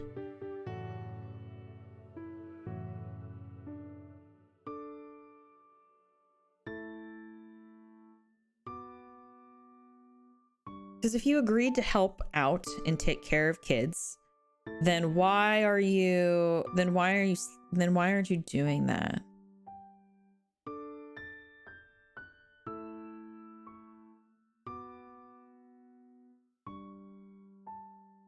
Like, I'm just like, what? I don't know. I'm gonna be honest, I'm kind of leaning towards not the asshole for this one. Like, maybe not like, ooh, sorry, I just smacked this. Maybe like,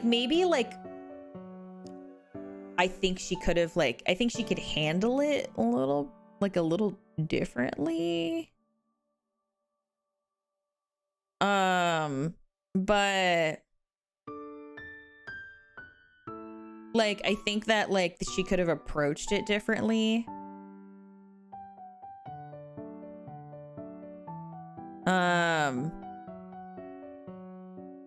I understand, like, yeah, like,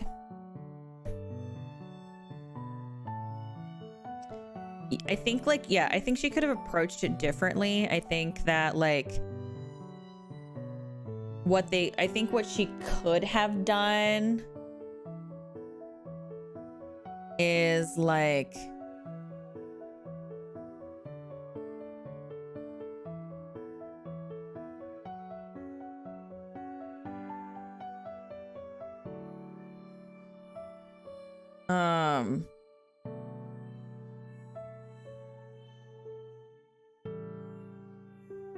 I think what she could have done is, like, she could have said, hey, we'd really appreciate if you start paying the amount on this lease, or help around the house, but we will give you until like XYZ date to start saving money up so you can start paying rent properly.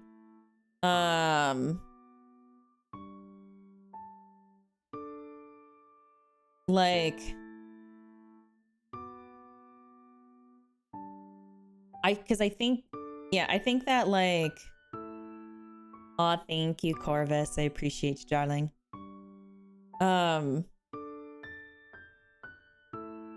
Like, you could probably say that, like, maybe it wasn't clear when they signed the lease.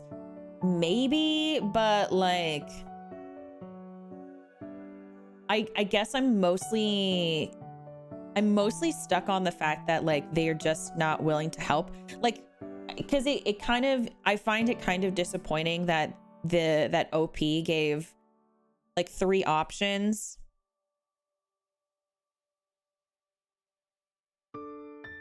You know, like, they gave 3 options, which I think is fairly reasonable. And I think that even one of them just being start helping around the house is really reasonable. On a very genuine level, I think that's a really reasonable thing. Like, because, like, it gives them an option to not have to pay if they are unable to. So that way they can still afford groceries and other necessities without having to worry about rent. I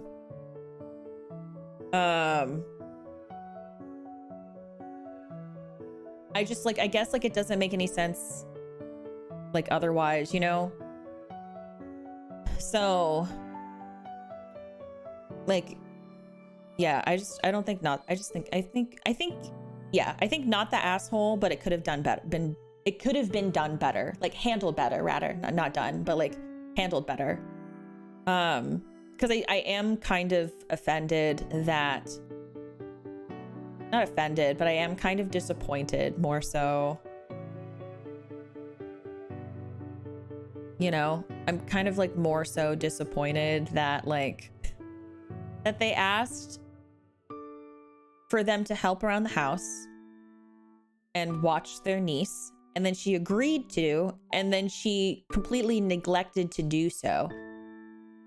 Like, I'm just mainly disappointed, you know what I mean? Yeah, we're not, like, super told how much it was handled. Like, we don't know how it was handled word for word, obviously, but I think that, like, maybe they could have, maybe what they should, like, to me, this is just all for me, they could have just said, like, hey, if you could either start paying the amount on the lease or start helping around the house, and then just kind of go from there. And then if they start helping around the house, hold them to that. If that doesn't work, then add the ultimatum of having them leave. Because I think starting out with the conversation saying you need to leave adds a lot more bad blood than it needs to. It's just, like, it's not, yeah. So, like, I think that's the way it could have been handled, but that's just mainly, you know, that's how I feel about it. Because I don't think that you get to like, I don't know, you don't get to agree to help and then do nothing. You know what I mean? That doesn't make any sense to me.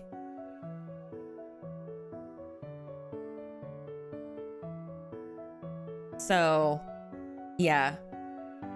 So not the asshole, but could have been done differently. But that's just me.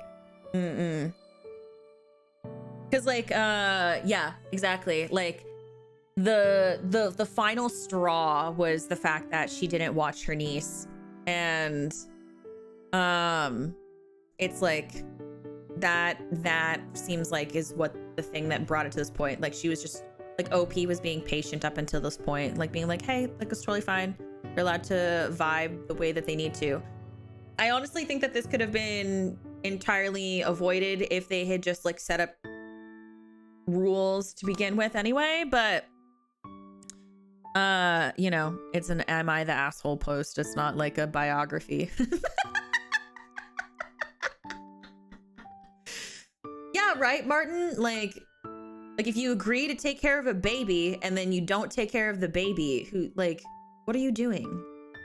So, but yeah, anyway, I'm leaning, for me, this is a not the asshole. What's an AITA? So AITA stands for Am I the Asshole? We're going through Reddit and basically kind of like having like this discussion about whether or not these situations that come up on these Reddit posts make this person the asshole or not. First on the rest, you wouldn't really have an ask. Yeah, it's true. That's true, Highway. We're like, actually, I'm having a lot of fun. I was literally just thinking like during the previous post, I was like, I want to do more of these. I don't know if I would do them super often, but I really like this. But I really enjoy doing these. It's really fun. Being one-sided problem is a problem, but if we start wondering what else happened, then we can get into all sorts of things that never happened. Yeah, I agree. So sometimes you kind of just have to take it as it is. Okay, next one. Oh, this one is labeled not the asshole. Okay. So let's determine that. I will be the, what is it? The judge, the jury, and the executioner.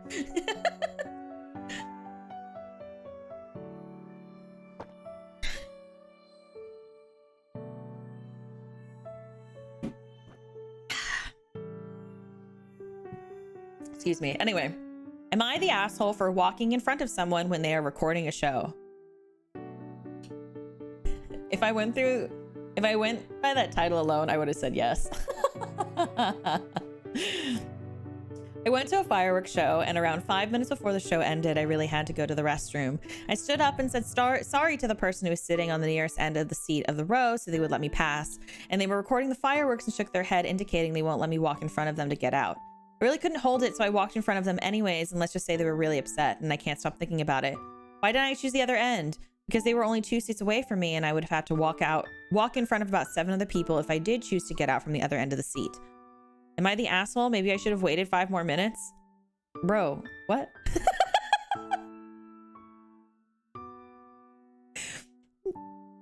You had to pee. What?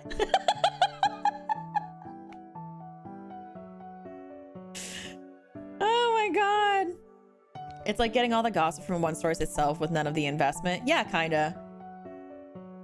It's just like, I've had this happen to me. So fun little story. I went to a concert, and I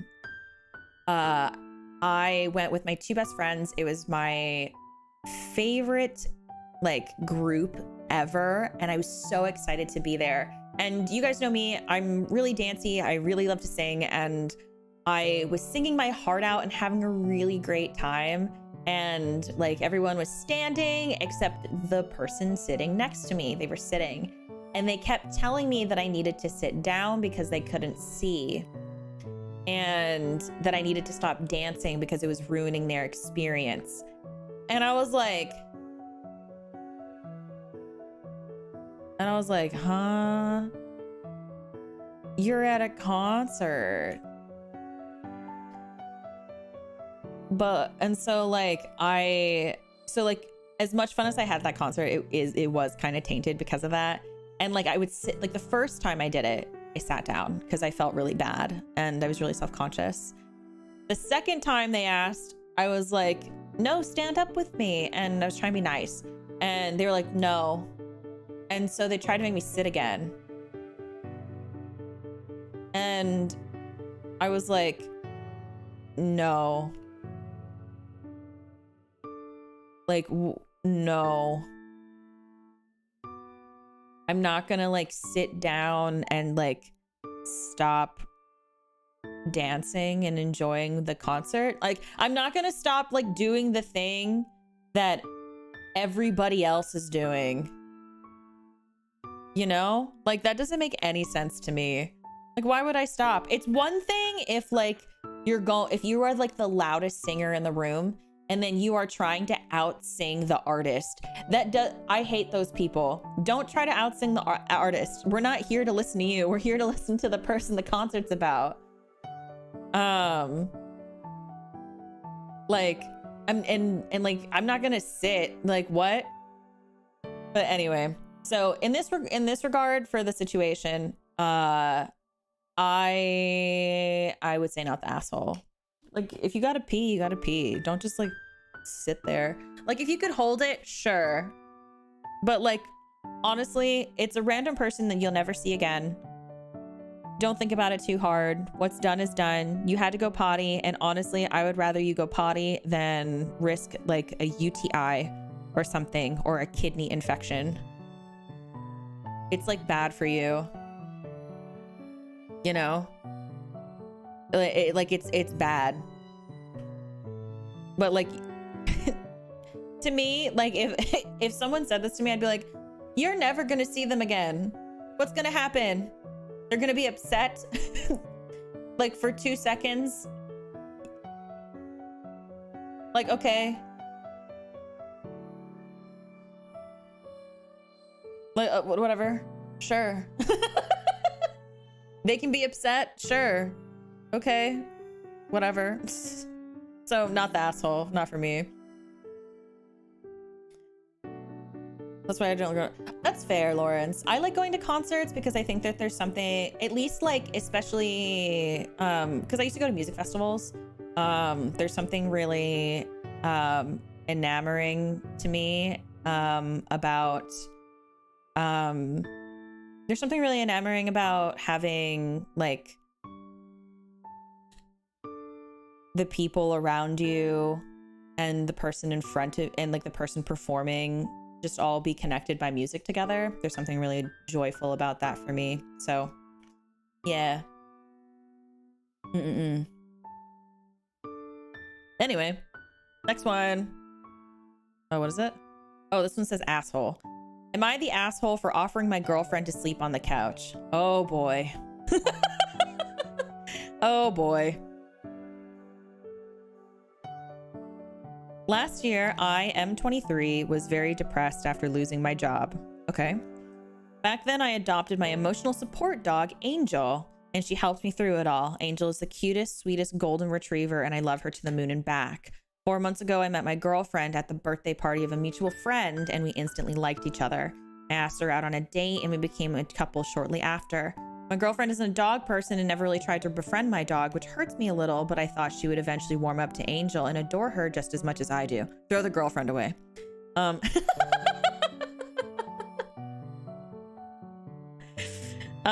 Yesterday, my girlfriend wanted to sleep over. This is the first time she slept in my apartment. We always stay the night at her place because she prefers it. When we got ready for bed, Angel followed us into the bedroom. When I'm sleeping at home, she always sleeps in my bed and we cuddle. My girlfriend was confused and asked if the dog was going to sleep in the bedroom with us. When I said yes, she made a disgusted face and said she felt really uncomfortable sharing a bed with an animal and accused Angel of smelling bad. I calmly explained to her that Angel always sleeps in my bed and that it's a routine and that I'm not going to kick her out of the bedroom. I offered my girlfriend to sleep on the couch instead, and she got angry and said I was being weird for making a human sleep on the couch while sharing my bed with an animal. She got dressed, grabbed her bag, and drove home. I tried calling her this morning, but she didn't pick up the phone. Am I the asshole? Okay. Like, I agree, dogs stinky, like, but the thing is pets are stinky. I just think that you guys shouldn't be dating in the first place. You're just incompatible. Yeah, like, what?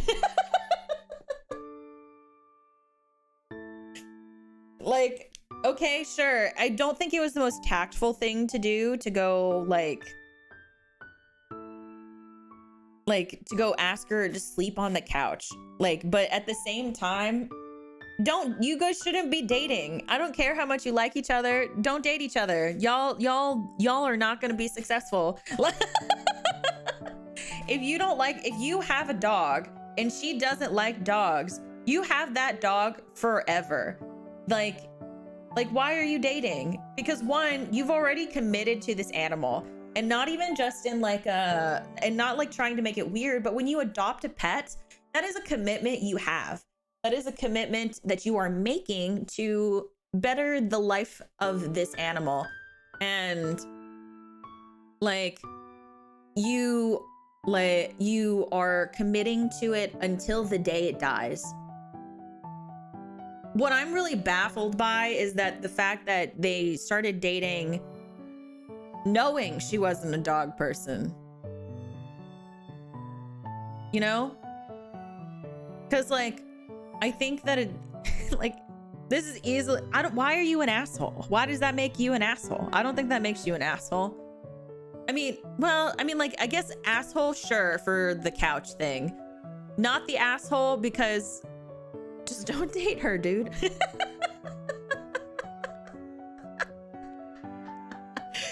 Just don't date her, the fuck? What?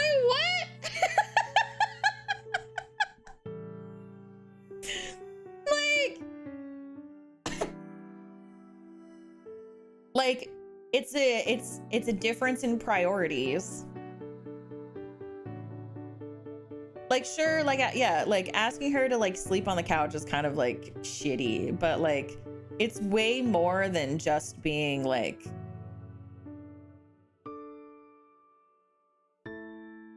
because it's I don't know, it's just it's just incompatibility. This is just stupid to me, I guess. And not that I should ever, I shouldn't call their a problem stupid or anything like that, but it just seems really silly to me that that this is even here, I guess, because bro, just don't date her. You guys weren't meant to be. If she hates your dog, you're what are you gonna do?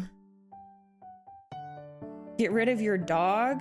Don't get rid of your dog. You committed time and energy to this animal that loves you, and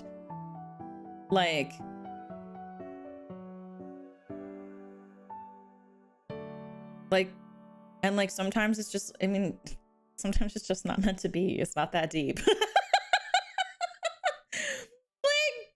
It's just not gonna work. It's just not gonna work. That's it.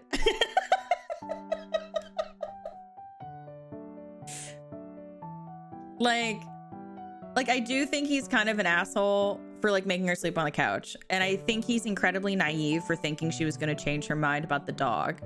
I don't care how much you love your dog. If a dog person does not want to open up to the dog, they're not going to. They're just not going to.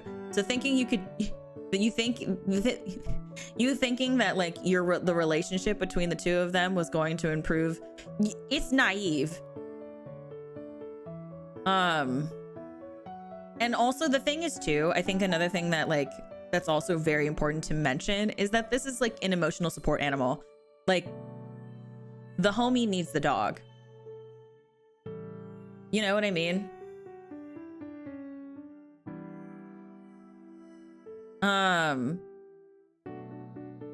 So yeah, I think he's naive. I think that sure, it was shitty to that he told her to sleep on the couch, but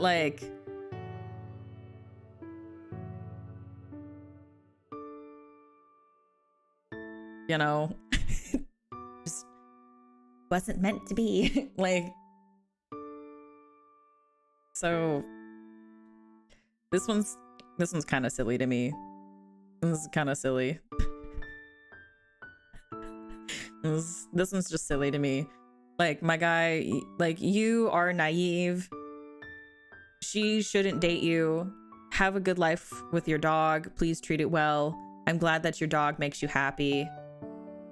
Like, just break up. That's the easiest solution. You don't, there's not even a discussion that goes with this. It's just break up. just break up. Easy. Like, so strange. Not in a bad way, just like this is the easiest solution. Not even, there's no am I the asshole? It's just, should I break up with them? Yes, you should.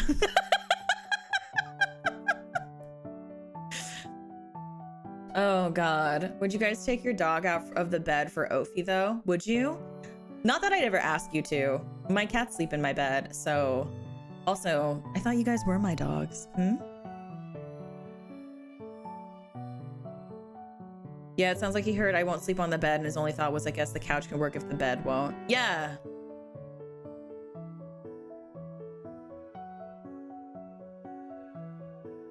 Good. You guys are all answering. No.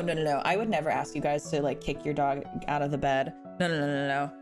Like, if you have a pet and we share a bed, if your pet likes to sleep on the bed, I will morph myself into a shape that allows the pet to also sleep on the bed. Or I will take the side that I don't have to do that and you can morph around your pet. Like, no.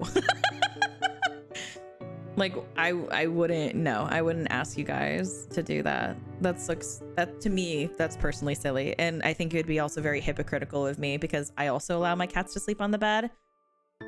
So also major solution, like another solution is just get a larger bed. I have a queen size, fits all of my cats and me. And then I guess if I add another person to my bed and me, I could probably fit 2 cats on there. And then the other cat can go, I don't know, somewhere. You know what I mean? I don't know. Yeah. Just break up. I just think that, hold on. Sir, I would like to talk to you about how I think you should break up with your girlfriend. 1, because you need the emotional support animal. It's just, you do. She's not gonna change. Don't force her to like your dog. That's really rude. 3, I don't think that you thought about how in a relationship you have to, sometimes your lifestyles have to change. You just kind of have to do that.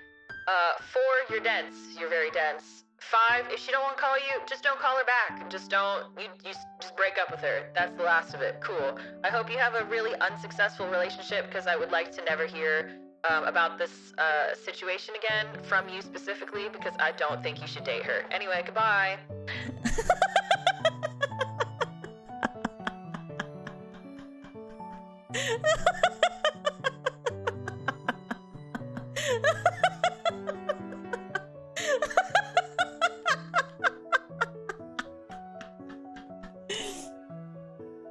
Oh God.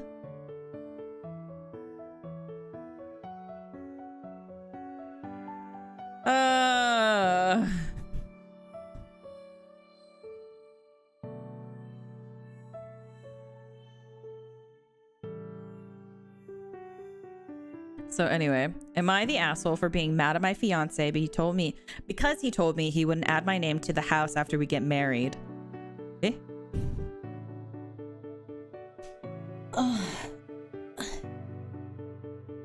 Okay.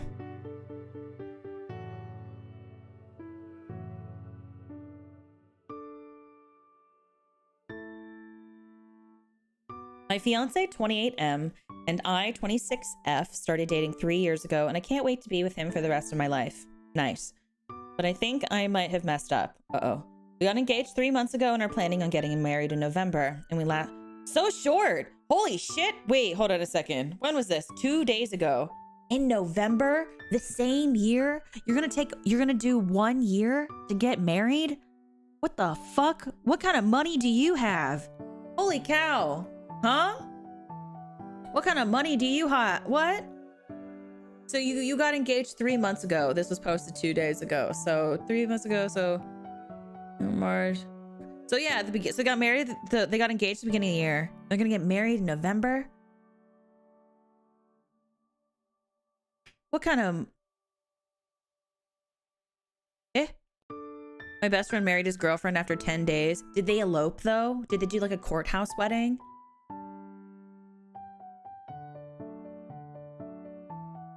He's getting married this June. That's so quick. To me, if I got engaged, I want to be engaged for at least 2 years.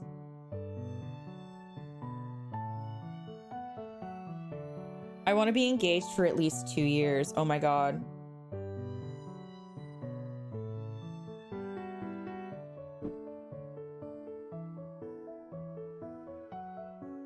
Like one year after engagement.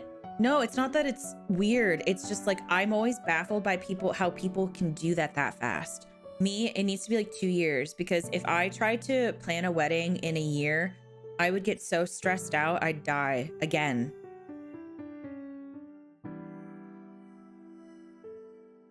Like, that's so fast. I could not. I could never. Yet 2 years of engagement? Yeah. Like, start couples therapy.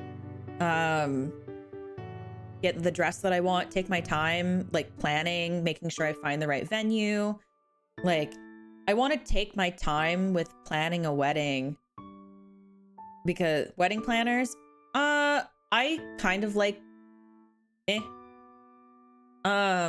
like, sure, having a wedding planner is cool, but I still would want to take a lot more time. I think most people that I've been around, they usually take 2 to 3 years to plan their wedding. I had a friend who was engaged for like 5 years. And so, like, I don't know, to me, I would just want to take it really slow, because I know even if I had a planner, I would get really stressed out. I'd get really, really anxious, and I'd be like, oh my God. And like trying to cram it all into one, not one, but like into less than a year or a year only, I would lose my mind. So, yeah. So that's for me. But that's, yeah, like I said, that's just for me though. Because I think I've mentioned this before, but my I have a lot of cousins, and I have a very large family, and let's just say whenever someone gets engaged, it's a whirlwind and a lot.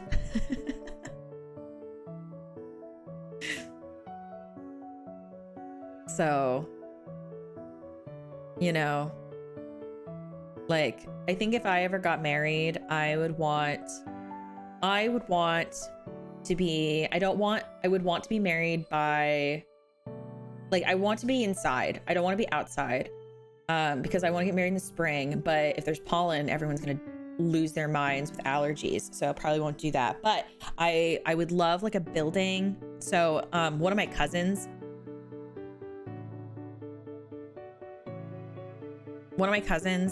sorry, I had to burp. That like, they had this really beautiful venue where they got married, and it overlooked like a lake, but we were still inside. So we still could like, so like you could go out on the balcony and like look at the water, but then like you go inside, and that's what I want. Like that's what I want. And then I want an open bar.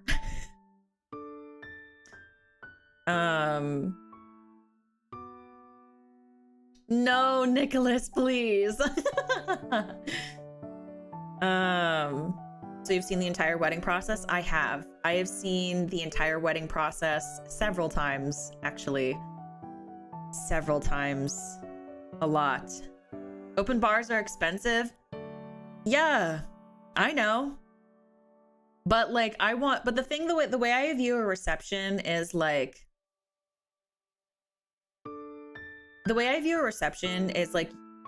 I want it to be like a party. Like in my family, every single time there was a reception, it was literally a party. Open bar, everyone was drunk.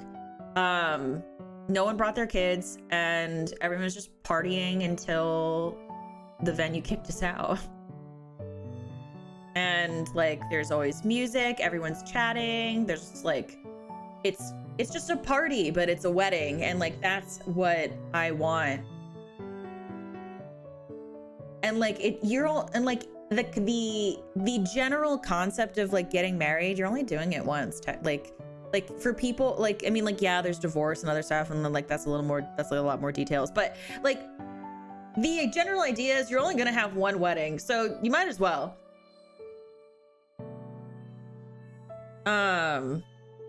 Filipino weddings bring the lechon. No, okay, so the way that my family does it is like at least in the past, the way that it's been done is wedding, reception, party all night, drunk, pictures, dancing, really like lots of crazy stuff, and then everyone goes home, you know, and then the next day we go to somebody's house, and then that's where like all the Filipino food is. You bring out the karaoke. Some people are hung over, and so it's like party day 2, but like more tame.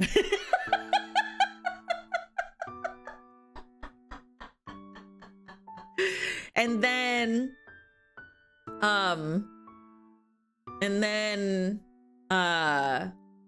yeah. So like I think my idea of like a wedding is warped by what I grew up with, because that is what I was always, those are weddings that I've been to. They've always been like party central and super fun, and like that is what I had always envisioned for myself. So you know, I think that plays a huge part in influencing how I view a wedding. I know that's not for everybody. I've been to small weddings. I've been to like really casual weddings where like the groom is wearing like jeans and like even like the guests are wearing like jeans and t-shirts and flannels, and then I was like wearing like a really cute romper with heels, thinking I had to be dressed up, realizing that I showed up and I was more dressed up than even the bridesmaids. So so it's what I got used to, and so like it all comes down to like what you're into, but that's me. Anyway, back to this.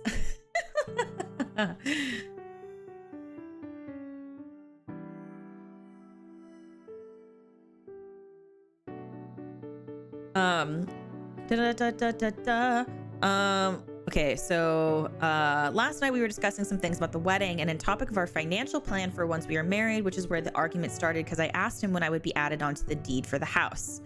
Background, my fiance was 23 when his uncle died and left him a huge... Oh my God, I need to change my mouse so bad. I have a new one. I've had a new one since December. I just haven't done it yet. Because I'm a mess. What's the Ophi wedding song gonna be? I don't know. I'd have to think about it. Piano version of Till Midnight, but slow.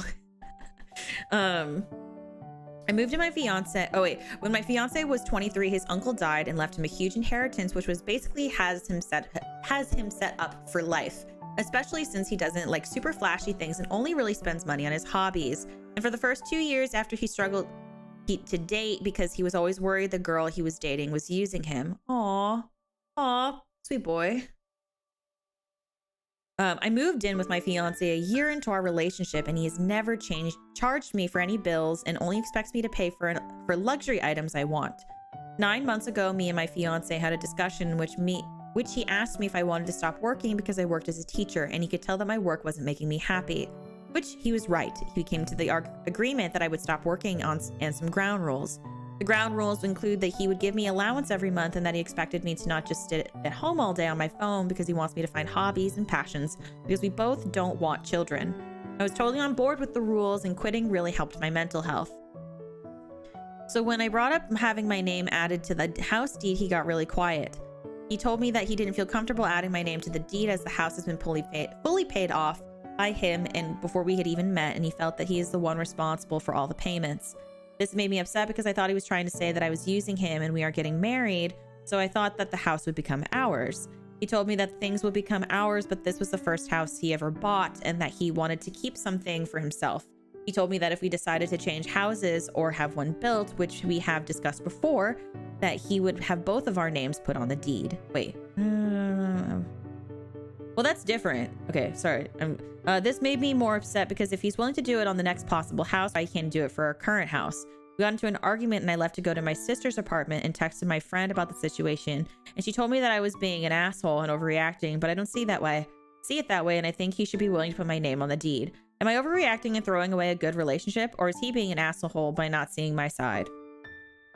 I just woke up after posting this oh wait, I'll read that after. Okay, I'll read that after. But girl, you are the asshole. The fuck? You're not paying for this. You're not paying for this house. What?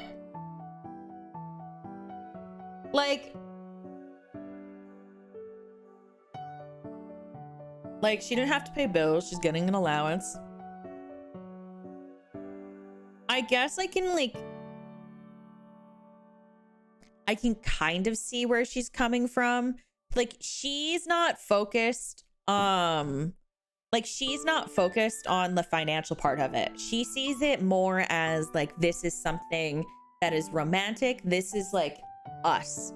We are now becoming like, you putting my name on the deed means that we have become a married couple. When that's not really the case. She's not paying for it. He's been paying for it since before they even met. And like, so she's not understanding that it's not a romantic issue. It is a financial issue, which I like, you know, but at the same time,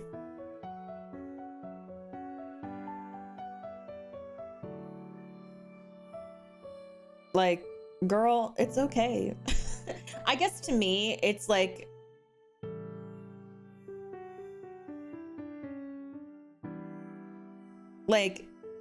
I guess to me, like, I understand where she's coming from. It feels like he doesn't trust her.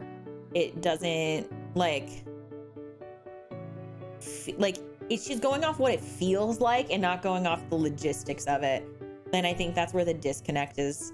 So I don't think that, like, it necessarily, and I don't necessarily think that's a bad thing to be like, oh my God, romantic, love, relationships, like, I get where she's coming from, but like, the house is still technically his. Like, it has, like, he paid for it. He wants to keep it that way.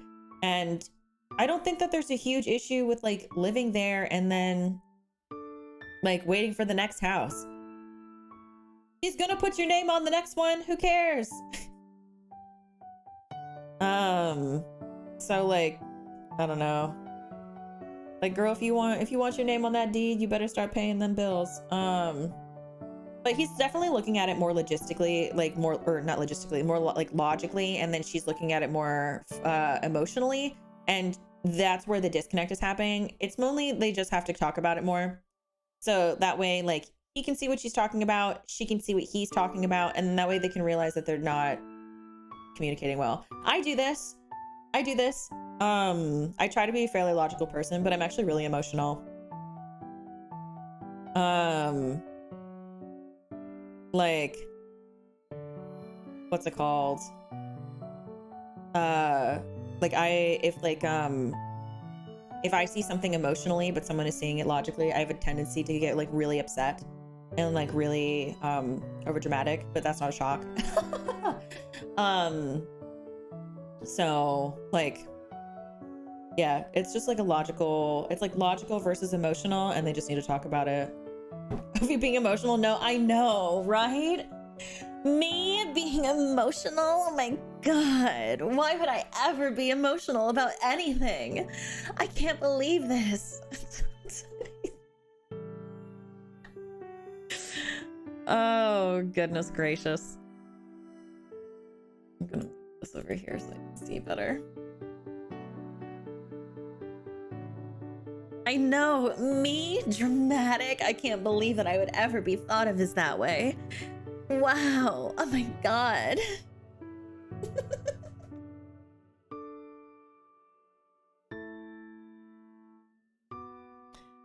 Yeah, I'm cold and calculating. But anyway, let's go to the edited part. So yeah, asshole, but like, yeah, also I think you big zero brain energy. I just woke up after posting this last night and have been reading through a lot of the comments, and I know that I messed up and I'm already planning on apologizing to my fiance. I wanted to answer some common questions people were asking me. I called the money my fiance gives me allowance, and some people said that it was a red flag. That is the word I use to describe it, but it's really more of my salary, as my fiance has me listed as an employee at one of his companies to make it all legal and so that I can have health insurance, and it is all in a legal contract. His idea that protects me in case we do split up. My allowance is $5,000 a month, which I know is a lot, and I'm realizing that my fiance has put me in a financial position most people would die for, and I need to acknowledge that. Some people have also talked about how much money my fiance has, and I don't know the exact number, but he has told me the range and shown me his finances, and has told me based off of what we spend now, we could live this way for another 100 years. And we'll talk about a prenup with him if he still wants to be together. Girl, he didn't say he was gonna break up with you. He didn't say he was gonna break up with you. What do you mean he still wants to be together? You didn't break up. Girl.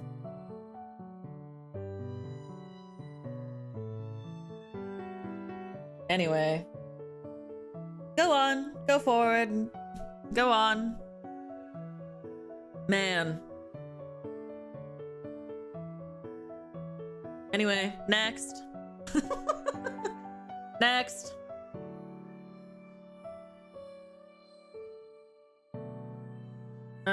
Next. Just whatever. Man, I would love $5,000 a month for doing absolutely nothing. Like, what is that? That's amazing. I'm gonna be honest, I wouldn't even know what to do with $5,000 a month. Like, I wouldn't know what to do with that. Like, what is that?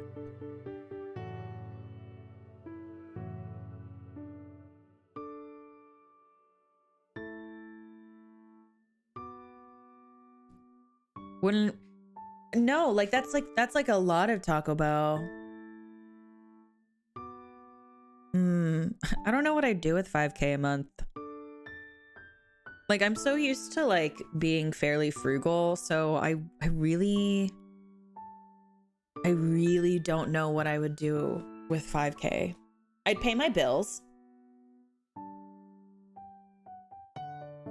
Yeah, even then I don't know what I would do after I pay my bills. Like, I had to convince myself to buy a Nendroid the other day because I was like, I haven't treated myself to anything in a while. And you know what I still didn't do? Buy the Nendroid. Ooh, a KU100. I would. A KU100. Yeah. Yeah, that would be really cool. I don't know. What, Ricardo? What?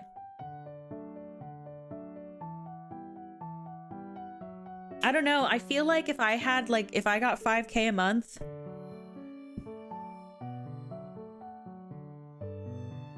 Get you so much. No. It's not that. It's just like, I have, okay, I've talked about this before. I have like spender's guilt because I'm so used to being really frugal. It's hard for me to push the boundary, not push the boundary, but like push myself to go get myself things. Because my brain is always like, oh, I should be using this for stream. Oh, I should be doing this for this. Oh, I should be saving it for this. Because like, what if this happens? Like, what if I don't have this much money again later? It's probably better that I spend it. Because like later on, like, what if I end up having guilt where I'm like, oh my God, I bought this figurine. I could have just used it for this. This would have been really so great for now. And so I have to like, push myself. So like, it's not, so like, I'm not like, trying to say like what's it called? That I'm like ungrateful for anything by any means. I hope I don't come across that way. I just it was over. No, I did. I actually did. Highway. I'm talking about a different thing. I already went for the Miyako. But yeah. Will I do a shopping stream? I don't think I would ever do a shopping stream just because I wouldn't know what I would buy.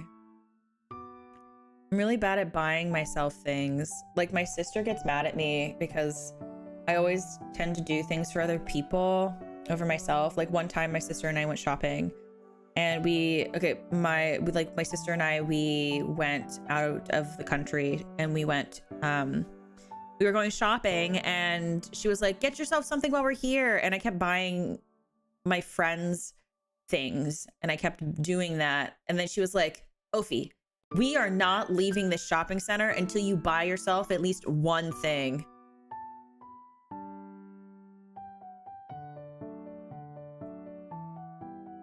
That's why you need chat buying things with you. But what if you guys give me like crazy stuff that I won't know what to do with later? You can buy our engagement rings, Ophi. If I had that much money, sure. How long did we stay there? If I said 2 weeks, Zeta, would you judge me, or should I lessen the time so it doesn't seem as bad?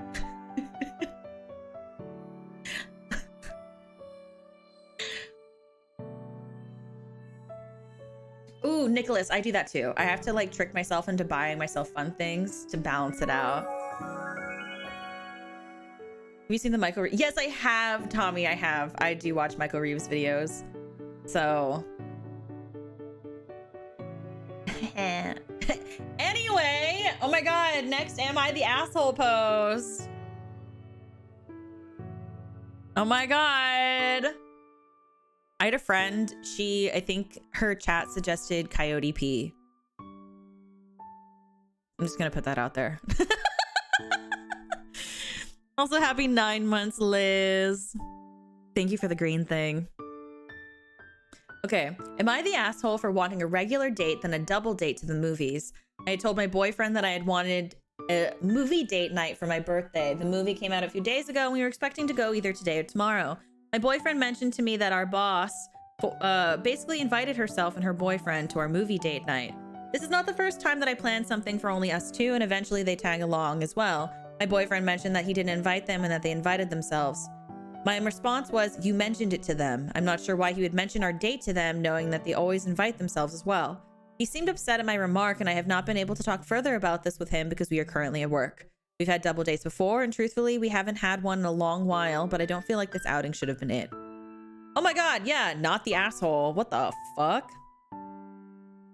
Like, there's nothing wrong with this. Literally, it's her birthday. She's allowed to have what she wants. He could have easily said, no, we're going to go see this movie, just us, because it's her birthday. My guy. OP needs to tell her boyfriend, hey, you don't know how to say no to people. You're too nice.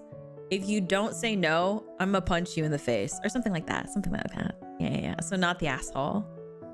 You say NTA, not NTR. Like my homie. No.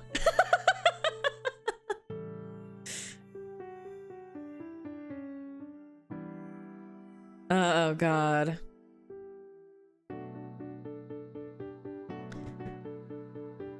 I mean, if you think about it, if this were me, I would just break out my knife and I'd be like, look, you're going to go tell them no, or I will go tell them no. And I'm sure that you don't want me to tell them no for you, right? Because if you really, really want to get into it, you know what happened the last time that I took something into my own hands. Right. Hmm? Hmm. So.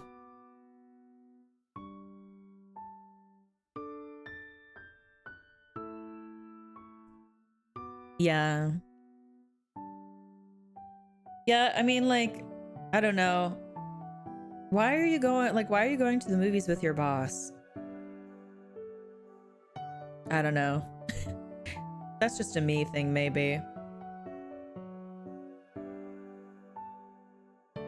So, not the asshole. Easy peasy lemon squeezy.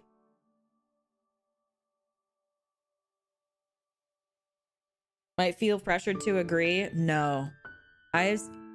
In any situation I have ever been in, I have always said no to my boss. Will you stay after? Will you stay after work? No. I will pay you extra money if you do this. No. Are you free this day? No. Can you cover this shift? No. Hey, I'm doing this thing. Do you want to come? No. Absolutely not. No, no, no. I'm not doing more than that is required of me. If I don't want to hang out with you, I don't want to hang out with you. Absolutely not.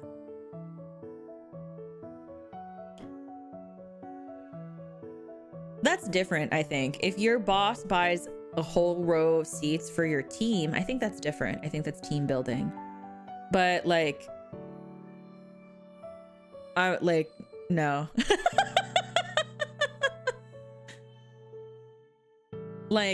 I've been very friendly with a lot of my bosses.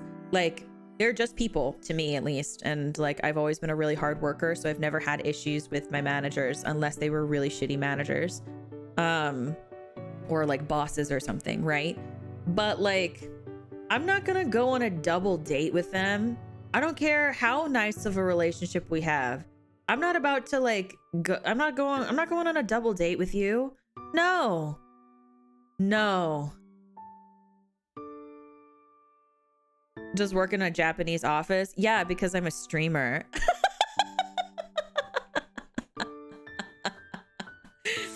No. I stream full time. I have not had a proper what? I have not had a proper management since, not management, a proper boss since I debuted. Well, I guess staff-san are my boss, but even then it's not the same as going into work, going into an office. It's not the same. What about my promotion? What promotion? I have never been promoted. If anything, what has only ever happened to me when I work in an office is they move me around because they like me, but I don't like the work that I do. So they try to keep me from quitting. They move me to different parts of the office in different departments, so that way I would stay. It didn't work, but they did move me around a lot. Not give yourself. Okay, so I was actually talking about this with staff-san. I was making a joke about how I would love a bonus, you know how some people get an end of the year bonus. I was I would love a bonus, and Hetaro was a bonus from where? And I was I don't know. I guess technically I'm my own boss, right? So I could give myself my own bonus. And he was how would it have the same effect? I don't think that's the same. And I was you're right, it doesn't. when you get a bonus as a streamer, it just means you put in overtime. That's it. That's really and I just thought it was really funny. It was a really funny conversation because you try to think about it, when you're self-employed, think of it this way, when you're self-employed, who's gonna promote you? What do you get promoted to? Who gives you a bonus? You know what I mean? You give yourself a bonus, but how do you get the money to give yourself a bonus? You'd put in overtime.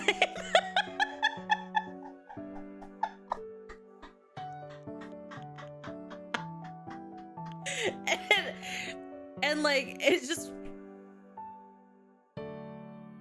you stream overtime on the regular. No, I'm talking about like regular self-employment. I'm not talking about being a streamer. I'm just talking in general. If you're self-employed, you put in you put in overtime. That's basically how that works. Talk to yourself in third person. Oh my god, Hetaro was like, and for the record, Hetaro is one of my managers. He was like, yeah, just look at yourself in the mirror and say you get a bonus, and that's your bonus. And I thought that was really funny. I was like, oh my god. I was like, and then what happens? And he was like, I don't know, whatever you think the bonus should be. I was like, I want it to be monetary. And he was like, well, then you put in overtime. And I was like, but that's not a bonus then, that's overtime. And he was like, well, you're stuck.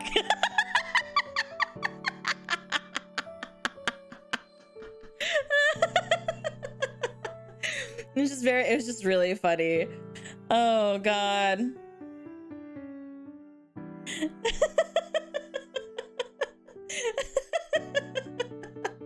Anyway.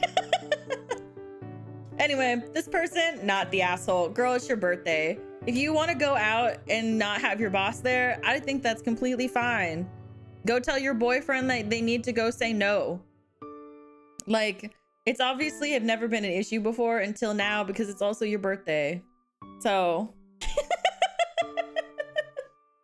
Okay. Next one. Oh, goodness gracious. That's funny. Okay. What is this? Would I be the asshole for not letting my sister use my clothes? I don't know. Why did I say that? We're literally about to determine that or not. Okay. Also, if you guys haven't, please consider liking the stream. It helps me out a ton. Okay, my sister, 24, and I share a room, but we both have our own wardrobes. They are rather small, like really, really, really small. But for me, is enough for my stuff. My sister has a lot more clothes than me, so she has to keep a majority of her clothes outside her wardrobe. The room is really messy because of that, but that's not the point of the post. She goes out a lot more than I do. I work at home and she works outside, and she's also a party goer type while I'm more introverted. Even with this, I have some clothes for getting out of the house, and that just means a bunch of t-shirts and pants. Remember when I said my sister has so many clothes that she has to keep them out of her wardrobe? Well, even so, with so many clothes, she still goes to my wardrobe to get my clothes when she goes out. Like literally every time. She gets my t-shirts more often, but sometimes my pants as well. And after she's done using them, she puts my clothes in her pile of clothes. So I already lost a lot of clothes because of this. I find them some months later, but this is still annoying. I confronted her about this a while ago, told her I didn't like her using my stuff every time she goes out, and she actually stopped for a while. But now she's doing it again. I often find her looking for clothes in my wardrobe, but I don't want to have this talk again because she clearly got upset the last time. She has depression and I don't want to make her feel even worse. But today I found out that my original Adidas shoes has a tear in its back. Yes, she uses my shoes as well. And I know it wasn't me because it's been a while since I've used these shoes. I paid some bucks for it myself and I'm almost losing it again because they were quite expensive. My mom said I shouldn't confront her because she's in a phase of her life that is already really messy. She's going to college in the morning and working the rest of the day with my clothes, by the way. But I'm feeling that she's really exploiting my kindness. She doesn't even wash my clothes after using it, even if I ask her. I don't know if I should talk to her again or just straight up ban her from using my stuff. Am I the asshole?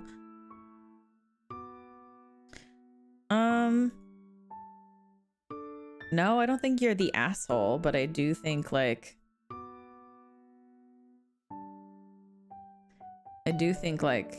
you have like an issue confronting people. I mean, maybe not because like you did talk about it before, but how like serious were you? Also, like if she's using all of your clothes, does it mean she also uses your like she uses like all of your stuff? I mean, like, this is, I guess, typical sister behavior, but it's really, but like in a genuine way, like that's really fucking annoying. Like, I would ban her from using my stuff. I wouldn't even talk to her again. Just straight up ban her. Put a lock on that shit. If I see her using it, I'd scream at her. Like, excuse me, we agreed that you would stop doing my stuff, using my stuff, and now you're using my stuff again. I don't care how busy you are. You're using my stuff. It's really annoying. I don't have anything. And I've never bothered you about it before, but now really bothering you.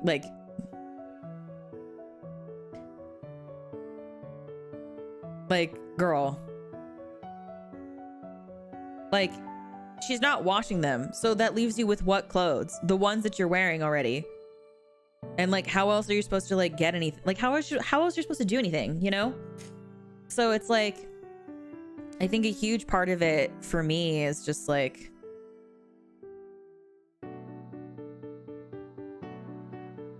you need to, is like, where, like, what are you supposed to do? Like, where are you supposed to, like, what are you, like, if you wanted to go out, but all of your clothes are dirty because she's not cleaning them, what are you supposed to do?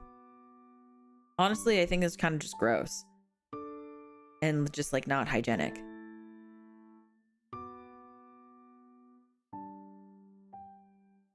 Like, to be fair, like, I just feel like she's not speaking up enough, and she's not very good at setting boundaries, which is like super valid. Like, if like she's super young, and like this is like, yeah. So like, obviously this is like her older sister, so it's like hard to set boundaries with your older sister. Speaking as an older sister, I do like, I get that. I do make it really difficult for my sister to not be irritated with me, but I don't like use her clothes though. My boobs are like way too big, but either way, like, it's hard to set boundaries with an older sibling, speaking as an older sibling. So like, I really just think she needs to stand up for herself. Yeah, no, my sister and I have a pretty drastic chest size difference. So, nice humble brag? Nah, it's not a humble brag. It's just reality. If it was like an actual, and also, you know what? Actually, no, I'll take it. Ghosties, you hear that? I'm humble. Did you hear that? I'm humble. Oh my God. Oh my God. Wow. What the fuck? I see the X. Get out of here. Stop. No! I'm so humble, please. No! So humble you keep letting us know about it? Of course. Thank you. I'm very humble. I'm very modest. Thank you.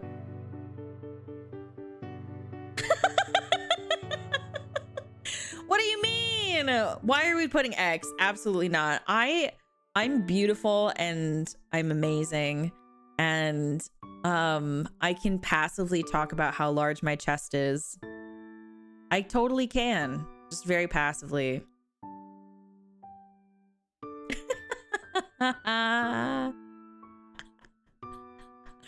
No, but in a very genuine way. My sister and I used to share clothes.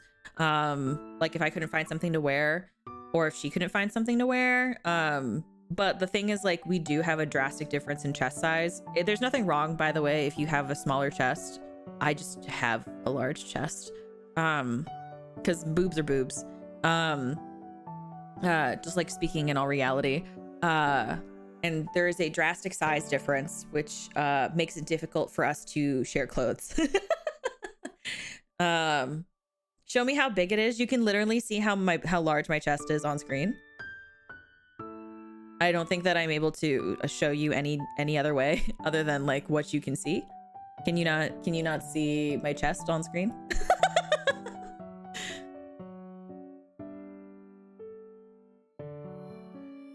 Yeah, so my sister, she'll say things like, don't stretch my shirt.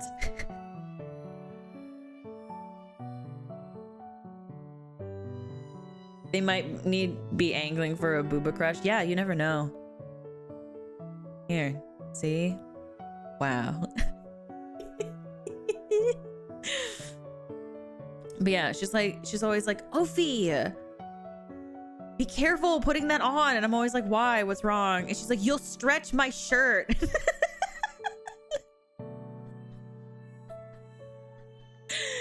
I'm like, oh, your shirt's fine. I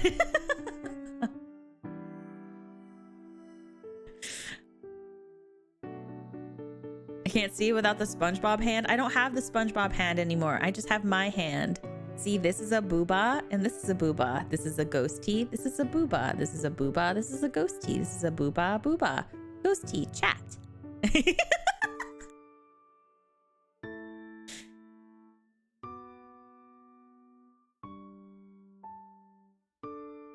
So yeah. But yeah, she's not an asshole. She just needs to learn how to make boundaries or have boundaries or some shit.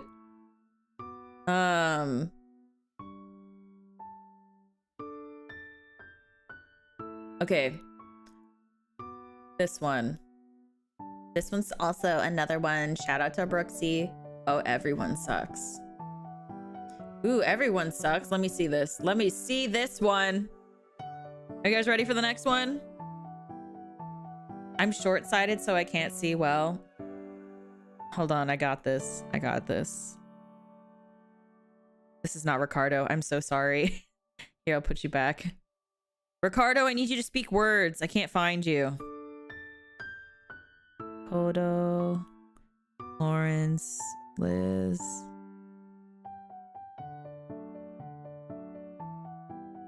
Oh wait, I found you. What the fuck is that? Okay.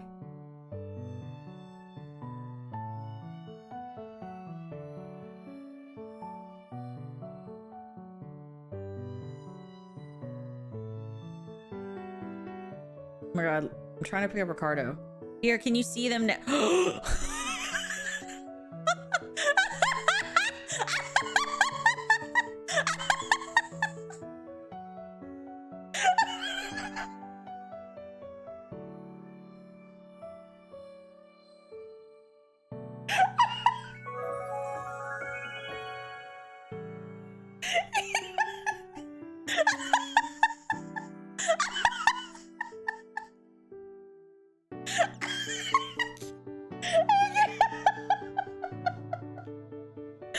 It is what it is. Like you're becoming a banshee, darling.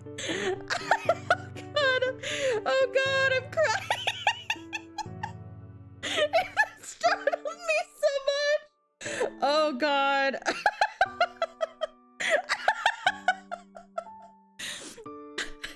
Oh god, that's so funny.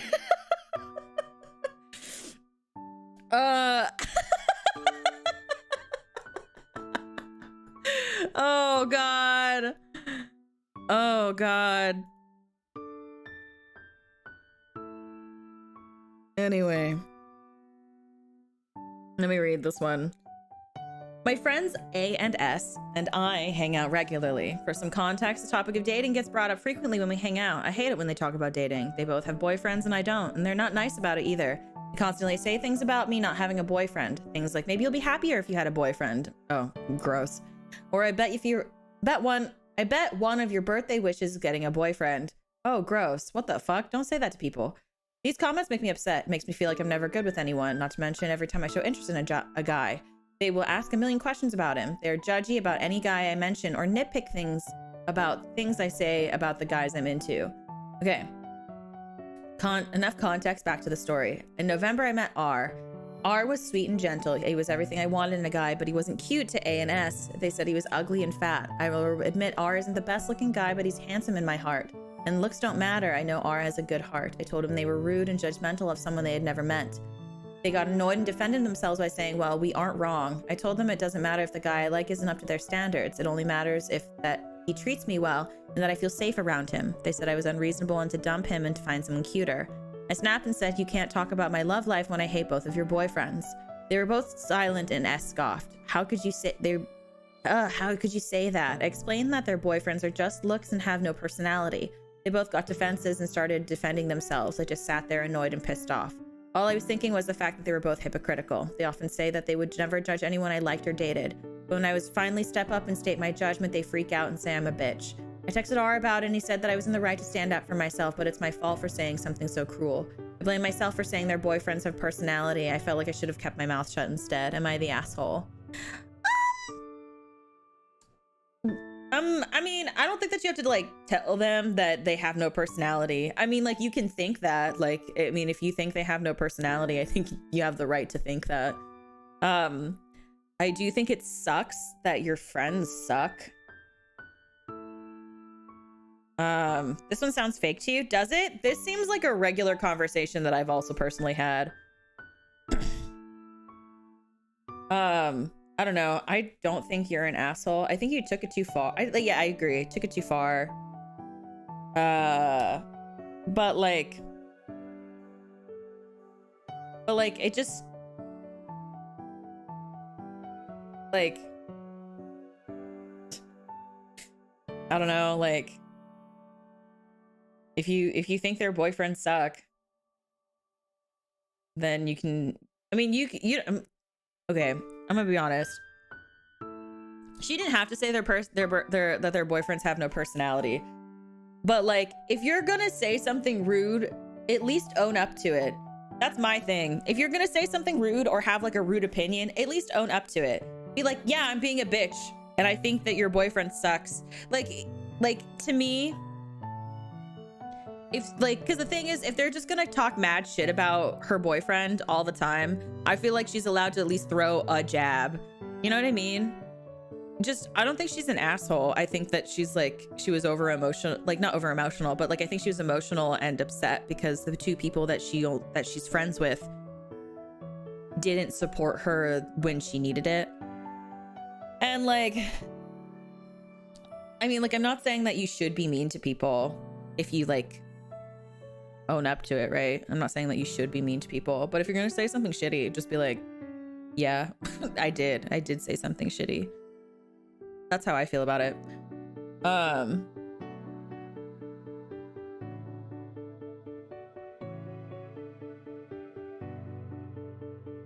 So, you know, I think not the asshole.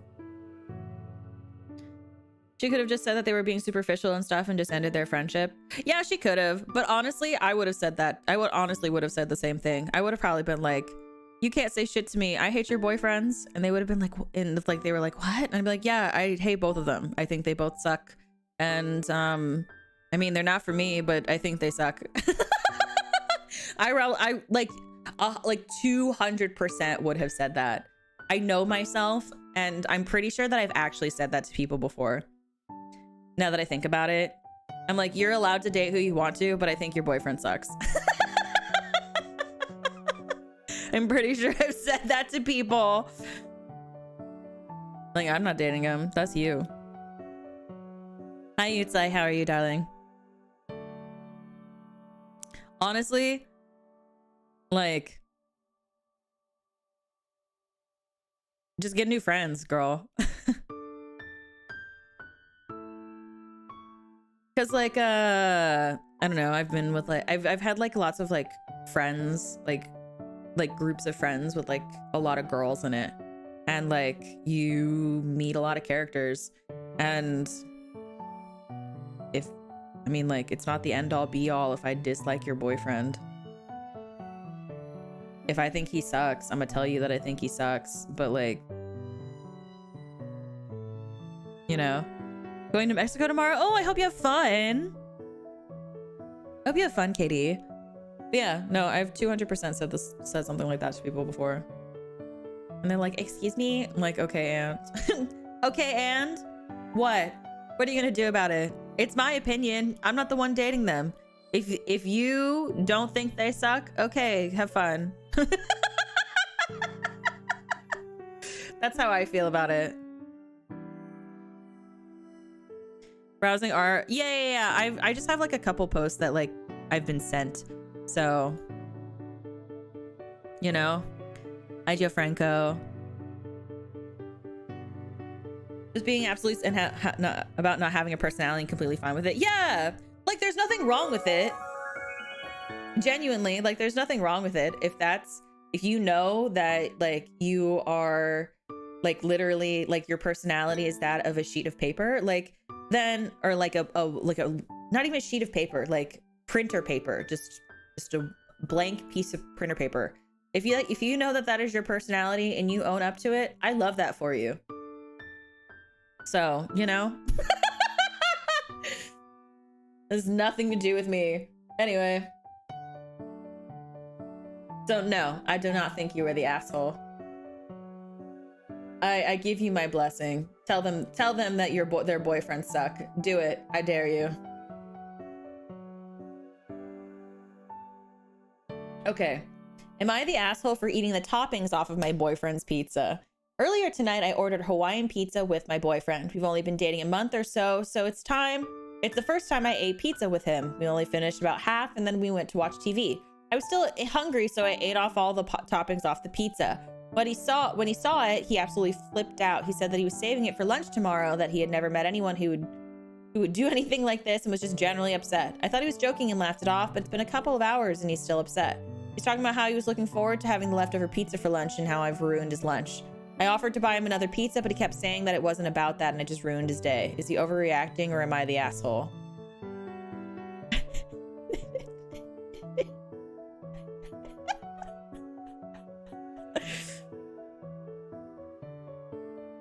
Girl, why didn't you just eat the slice? What? Brooksy, what the fuck is this?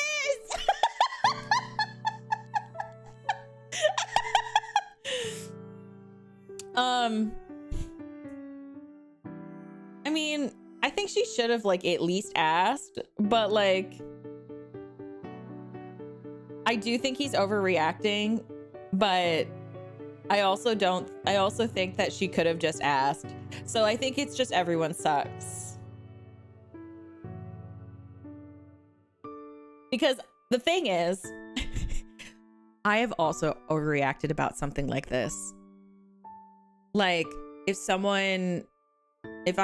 say I was saving like the last cookie for myself and then someone ate half of it, but then they were like, I left the rest for you still, so you could still eat it. I would be pretty pissed. I'd be like, no, I was saving this for me. I was looking forward to it. And now I'm really fucking sad. So thanks. Because it's me. So I think everybody sucks. I don't think she's an asshole. I just think that they all suck.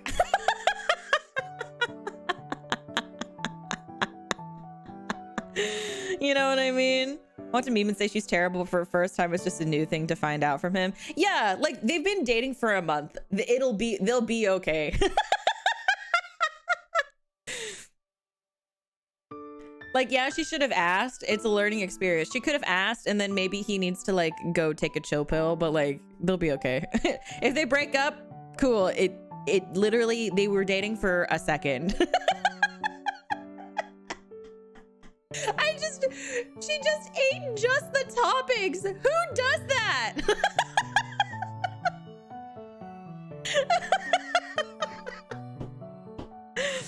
Oh God, that's so funny. What is this? Brooksy, what the fuck?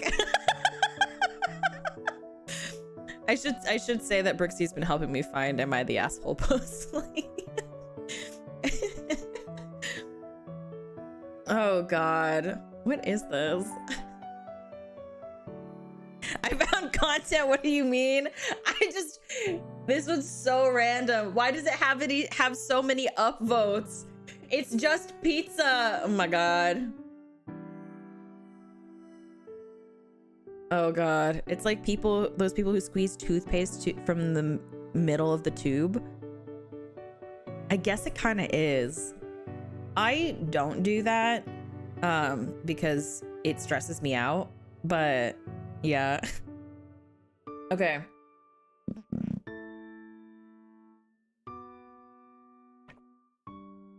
No one is mentioning that this means they are both good with pineapple on pizza. It's a very rare thing, but I love that for them. Honestly, that's probably why it has so many upvotes. There's a lot more people also arguing about pineapple on pizza. Am I the asshole for pointing out my brother is unemployed? My family usually rips on my academics when I slip up, and this was one of those times. Usually it's all lighthearted, so I decided to join in on the fun.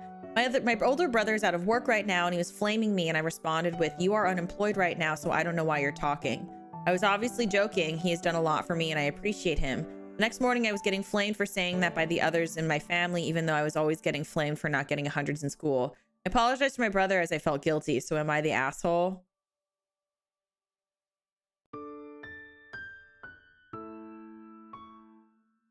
No, I don't think so. I feel like that's kind of like hypocritical.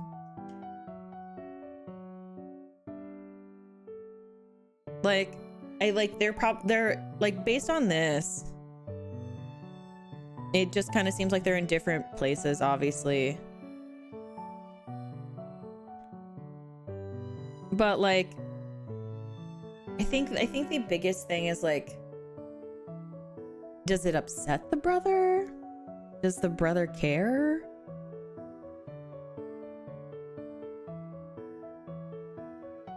It's just like, if you're the punching, like if you're the one that they take a jab at all the time, wouldn't it be okay? Like, I guess like I'm failing to understand,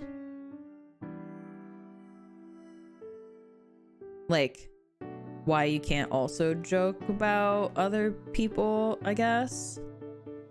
But the thing is, like, I guess the main thing is like, does the brother give a shit?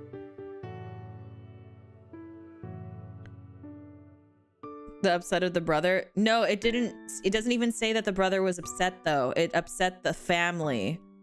But like, who gives a shit about what the family feels? It doesn't really matter. Who cares?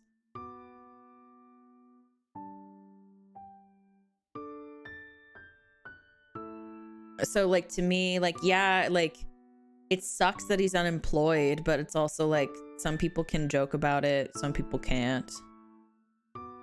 And like, it sucks to be like the main one who's bullied,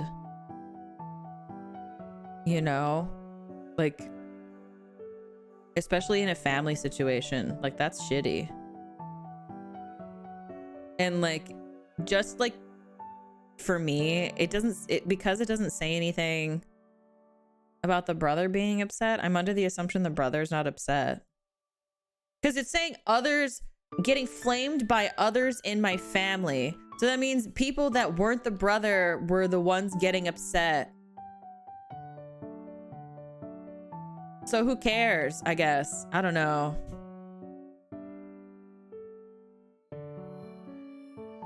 If someone said, if I was in this situation, if I was the brother, and he was like, yeah, well, yeah, Ophi's unemployed right now, so I don't know why you're talking, I'd start laughing.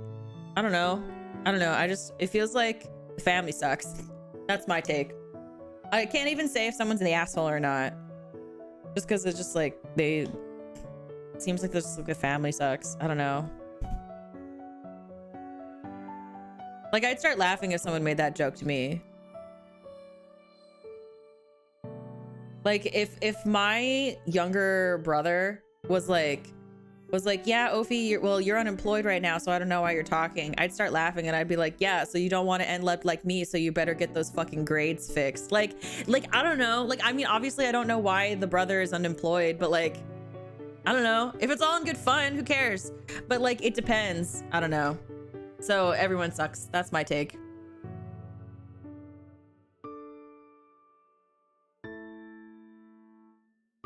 Yeah. They all sound like A's flaming bullying should not be normal between family, even though it very often is. Yeah. Like, they all suck. That's my take. They all suck. Let's see.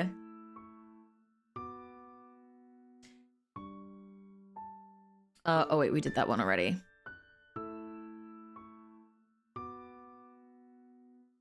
Am I the asshole for saying I have an uncultured palate? My friends decided they wanted to check out this pizza place that people were raving about.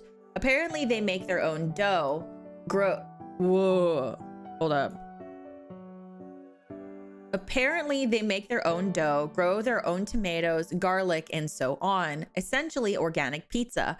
I don't really eat much pizza, but I went along with them because why not? I ate a slice and honestly wasn't impressed at all. I've eaten Pizza Hut before and honestly that was much better tasting. So I essentially said I have an uncultured palate. Excuse me. After all, I'm the guy who eats oatmeal with vegetables, lentils, and chicken almost every day with a few changes for sake of building muscle, and didn't really care because I don't eat for taste.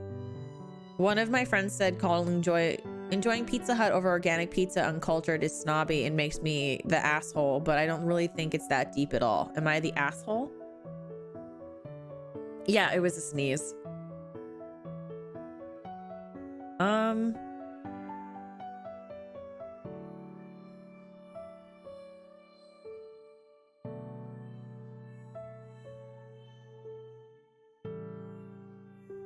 I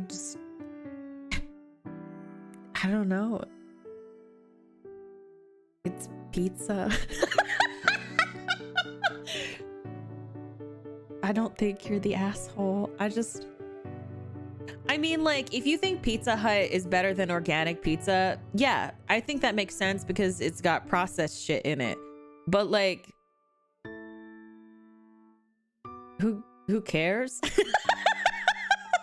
Is that an option? Is who cares an option?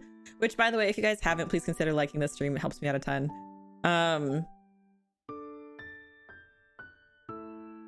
Is that an option? Can I just say, like, who cares? Just like, what it says at the bottom, it says, what are your thoughts? And I just, who cares?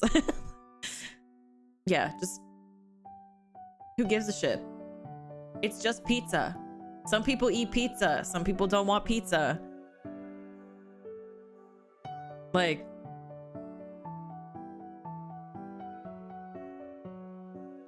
it just be that way. Like, pop off, dude. If you don't eat for something, if you don't eat for taste and you just eat a bunch of stuff so that way you can build muscle, love that for you. Pop off. Good point, King. Wait, what? Just because it's organic doesn't mean it tastes good. Oh, yeah. I don't know. I personally like really organic stuff. I like the way it tastes. I think for me, I think it tastes a lot better than processed stuff. But that's just like me. And my tummy knows the difference. Yeah, I don't know. My answer for this one, who cares? Okay, next one.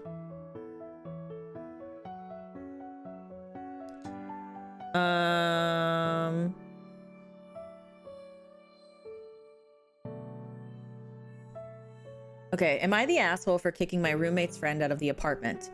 I, 23 female, have been rooming with Jane, 22 female, for a few months now. We've never had any disagreements before this situation, so I'm wondering if I'm in the wrong for how I handled things. During the weekend, Jane's friend Molly comes over for most of the day, or they go do something together. I usually am at work or stay in my room while Molly is over. During this time, I kept smelling a perfume-like smell in the living room and kitchen, and I figured that they were spraying perfume before going out, so I asked if they could only spray in Jane's room, because strong smells give me migraines. While this weekend Molly was over again, I forgot to grab something I need in the kitchen and caught her vaping. Then I realized what the smell was the whole time. It was her vape. I told her that we had a balcony to smoke on and that we could get evicted for vaping in the apartment. She tried to laugh it off and that I was being too sensitive and our landlord will never find out. I told her that she needed to leave if she wasn't going to follow apartment rules, so she left. Jane was in the shower, and when she came out, I explained what happened and asked why she let her vape in here. She also didn't think it was a big deal, so I told her that unless Molly can agree to keep the vaping on the balcony, I don't want her coming back. She's now super pissed and not speaking to me, and a few people I've spoken about this say I'm on the wrong here because I don't have the right to ban her friend from coming over.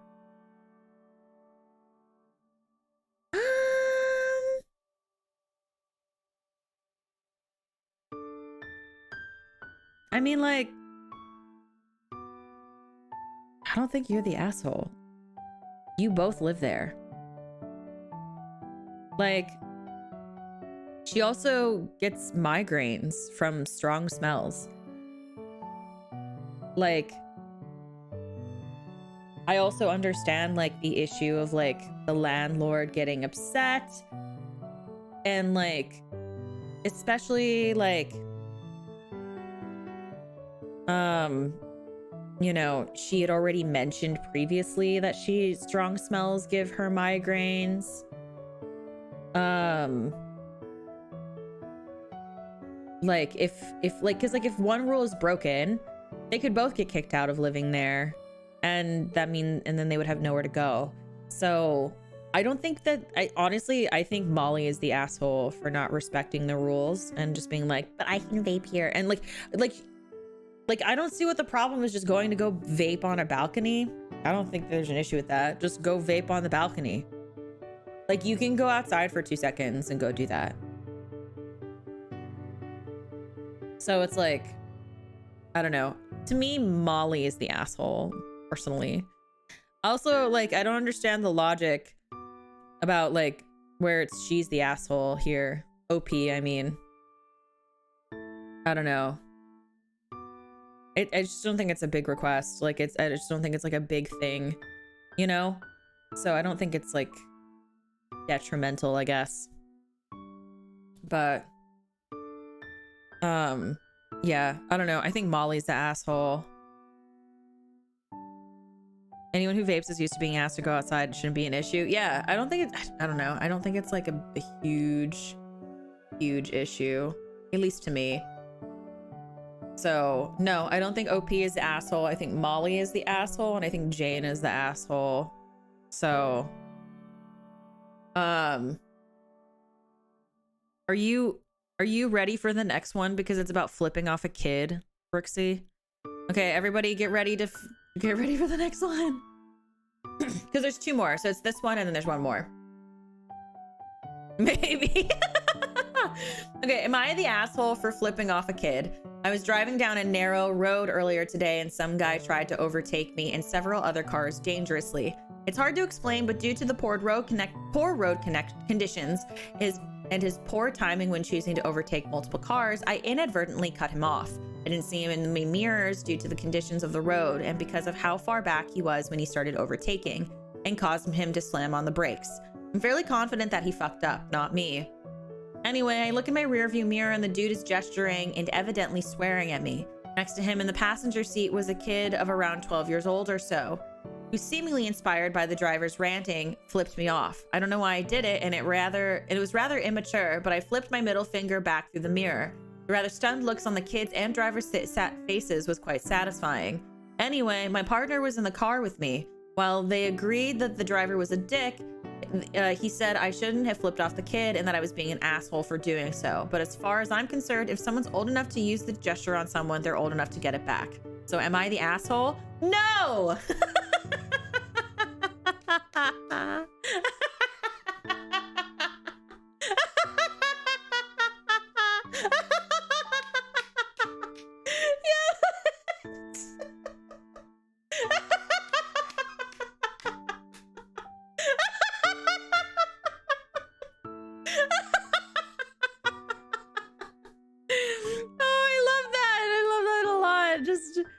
The idea of a child getting flipped off because fuck it.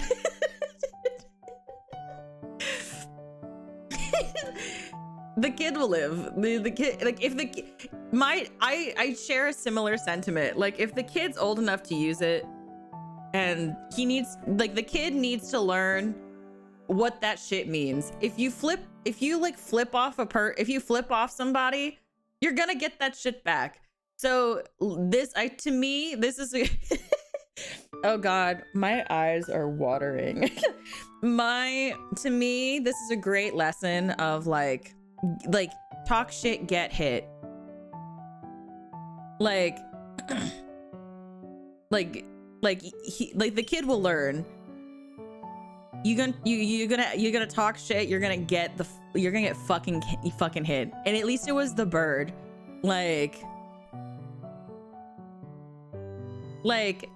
Obviously too, if the driver was being an asshole and swearing at OP, the kid's seen worse.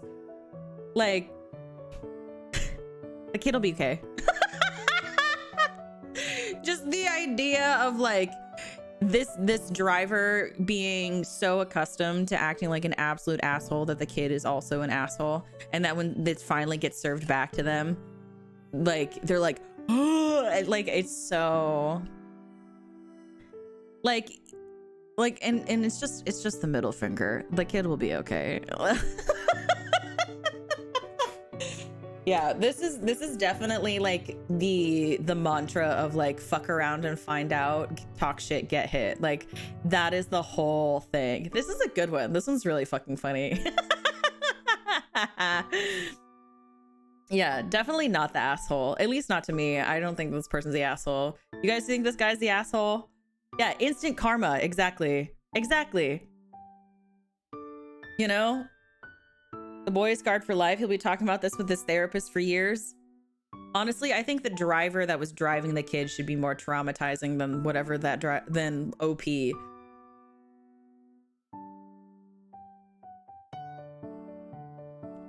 And it was undercover police. I got, oh my God, did you really? Did you really, Renee? Oh no. I'm so sorry, but it does go back to talk shit, get hit.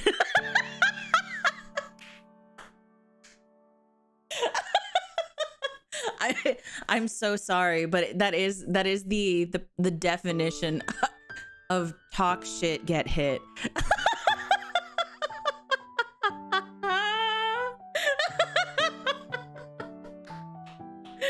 Oh God, I'm so sorry, but that's so fucking funny.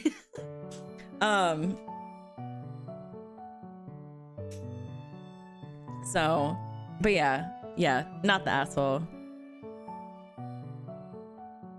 Enough violence for that to really apply. I mean, like, if you mean it literally, yeah, there's not enough violence. But like, if you mean it figuratively, it's very much fuck around and find out, you know? Like, yeah. So, this is funny. This one's fucking funny. Okay, so this is the last one that Bersoki has bestowed us. I think is the last one. Yeah.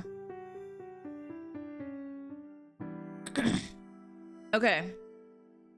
Am I the asshole for telling my girlfriend I think I'm smarter than her? Don't you dare say that shit to me. The fuck? I've always firmly believed honesty is the most important trait you can have in a relationship, okay?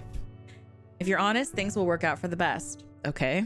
If being honest ruins a relationship, you weren't meant for each other, and it's better to realize that sooner than later so you can respectfully break things off and move on.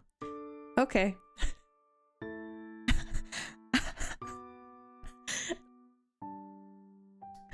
I'm not excessively callous, though. I don't bring up truths out of the blue and justify them because they're true. Okay. I'd never randomly call someone ugly, even if they're ugly. But if they asked for my honest opinion, I wouldn't lie to them. That brings us to a conversation I was having last night with my long-term partner. Long story short, I had a pretty major academic success that I was very pleased about. And she told me that she felt sometimes a bit intellectually insecure compared to me. So I told her that she's one of the smartest people I know, and I'm very impressed with her intelligence.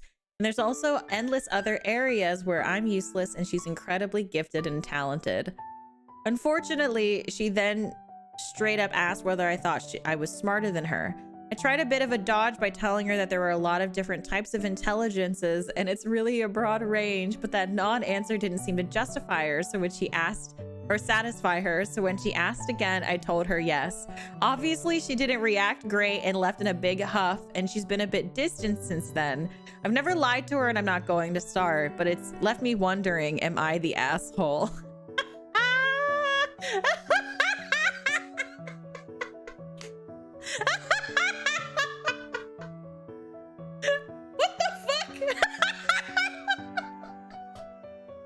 What is this? What the fuck? Oh my God. Why did you think that that was a good idea? If she kept I mean, yeah, she kept pressuring you to answer. Just I don't know, just say no or something.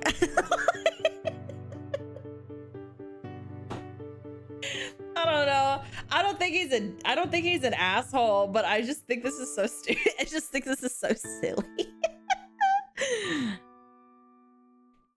I don't think that he's an asshole. I do think he could have handled that way better. I think like because like this is really common, right? You don't want to upset your girlfriend and you don't know what the right answer is. Right? And so like it very much has like the same energy where like, you know how in movies, and this is a very real thing by the way, when the lady, she asks a question and then the guy, he's like, I think this is a trap. That's 100% a real thing. But like and then she sits there patiently waiting like, yeah, you're gonna answer or not?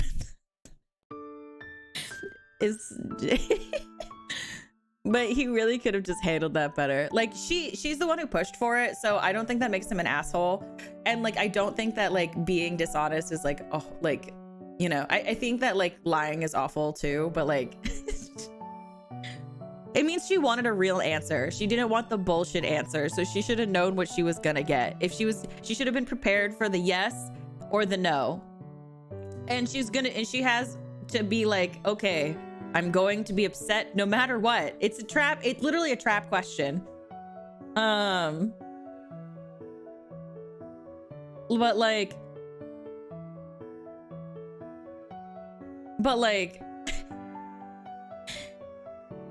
I think he could have said like, actually, no, I don't think there's anything that he could have said.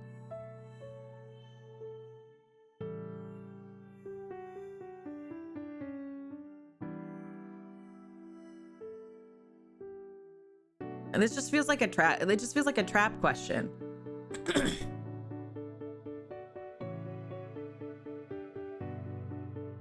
Like, like, I think he could have handled it better.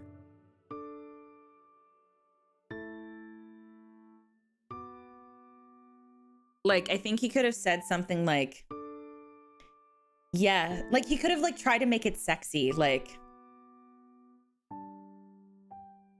like try to make, I don't know, maybe trying to think. I'm like how could he have said this differently?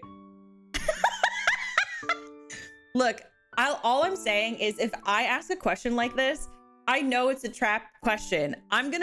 My feelings are either gonna get hurt or I'm putting my partner in a situation where they have to give me an answer that I either want or will really, really upset me. Like there's no way around it. Yeah, sexy. Yeah, me too. Sexy. Like, yeah, but that's why you I can't do it because it's so silly. It's just like there's no good way to go about this. There's just no way.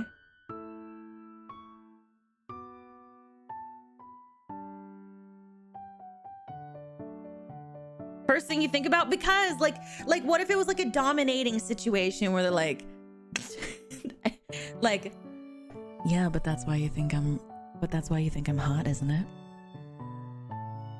Or something like that. I don't know, like a dominating, I don't know, feature or something. Like maybe it's like on the disclaimer in the like I date you clause, like disclaimer, I'm kind of an asshole, but you think it's hot, right? I don't know.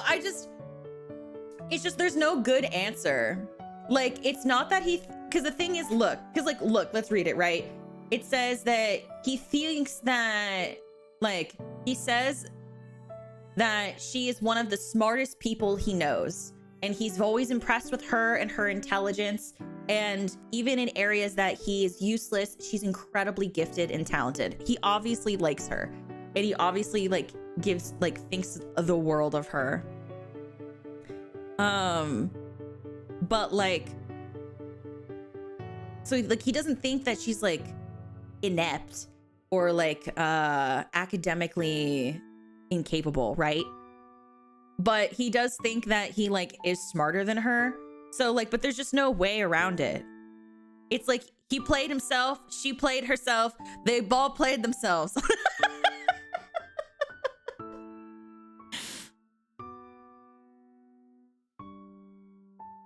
Like it's not like it doesn't, to me at least, like I said, it's not like to me it's not that I think that he is putting her down, or like it's not that she can't handle the truth. I don't think it's that. I think it's more so that they both put themselves in a situation. She put them both in a situation where she knew she was going to get an answer she wasn't going to like, and if she did, and if he told her no, then she probably wasn't going to be satisfied with that answer anyway. Just speaking as someone who also has asked like weird trap questions, like, do you think she's prettier than me? Answer honestly. I promise I won't get upset. It's the same. You know? And so like, it's just kind of like, it's a doomed question to ask. So like, it's not that he he thinks that she's stupid. It's not that like, it's like she's looking for realistic and reassurance, but she's like, there's a possibility that she wasn't going to take no as the answer. Why would you ask trap questions? Because I like pain. Okay. I like either A, being right, or B, I like being proven that my insecurities are real.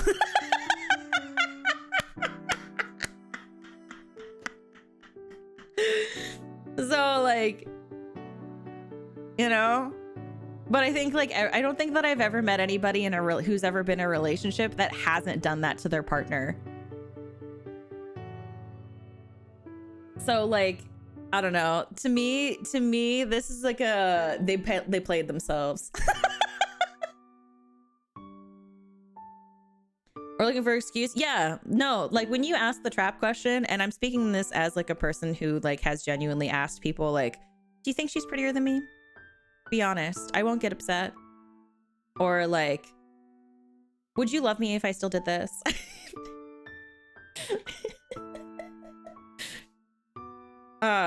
Like you are either looking for someone to validate your insecurities, or you're looking to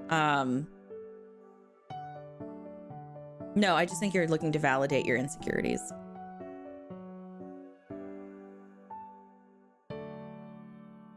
So it's like they played themselves.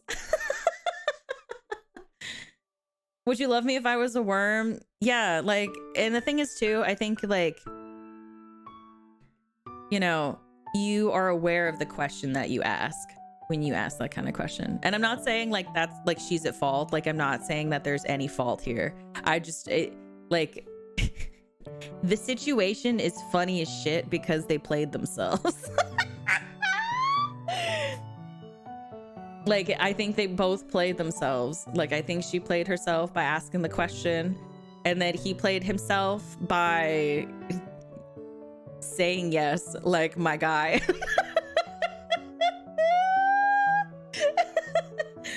Like, you could have said that any other way. You could have done anything else, and that was the thing that you chose. Oh God.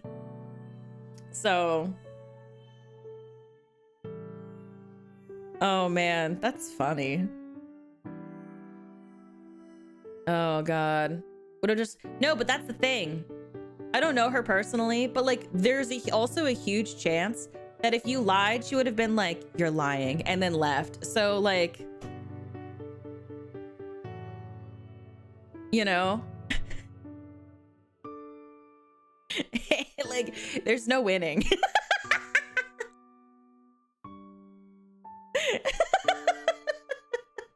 Why are some girls like that? I don't know. I'm like that though. I can't say shit. I can't say shit at all. Like if you lie to me, I'd be like, you're lying, and then go be upset in the corner. I can't say any, like, I straight up,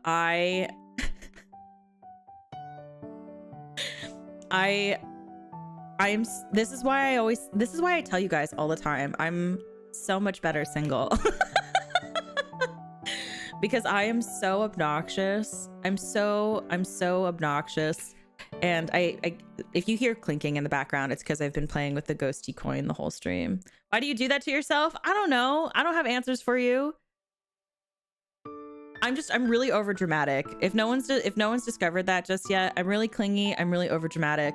And you know, we out here, we ball.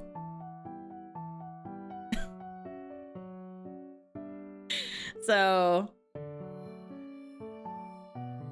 you know, we fuck it, we ball. That's it. That's my answer.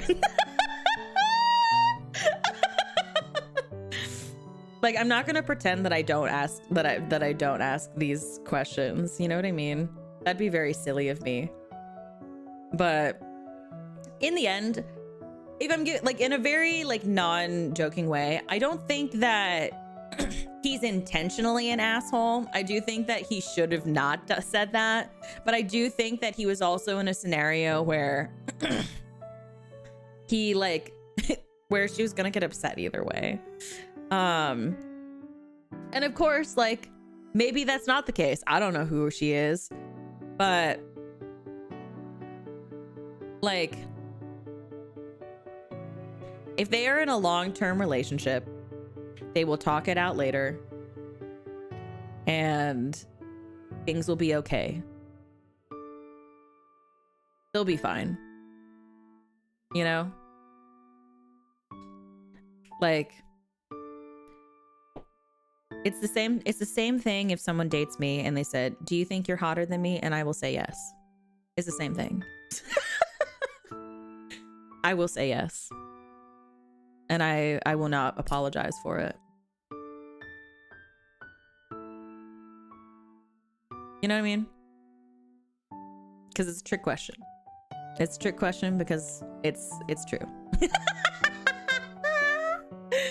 You know? Like, yes, I do think I'm hotter than you. But yeah, I don't know. I don't think that there's like I think the action of saying, yes, I'm smarter than you is kind of dickish, but I don't think like he's an asshole. I think that like they played themselves. They both played themselves, and now they need to go like, they think they need to sit down at the kitchen table, talk about it over dinner, and then they need to go have like really great makeup sex or something.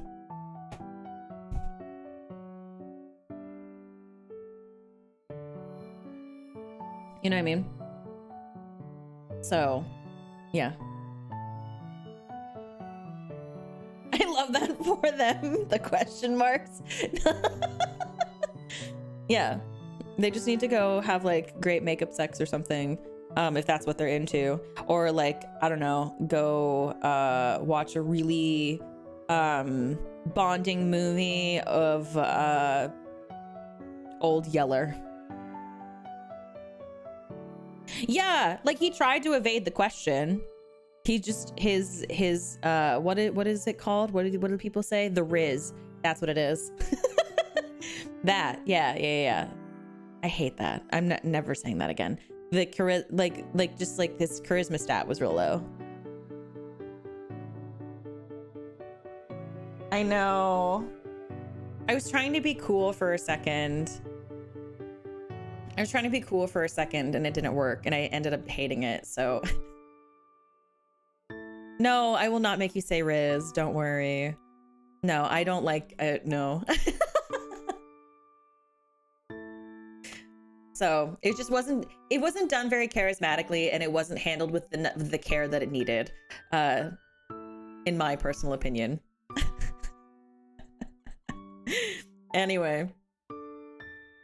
No, lock on. No, never say that to me again. Where the word Riz comes from, charisma. I'm gonna be honest, I'm not sure. Not super sure. Oh no, charisma, you say it either way. Oh yeah, okay. Yeah, it does come from like the Riz from charisma. Yeah. How would have I handled it? Oh, I would have just taken the L.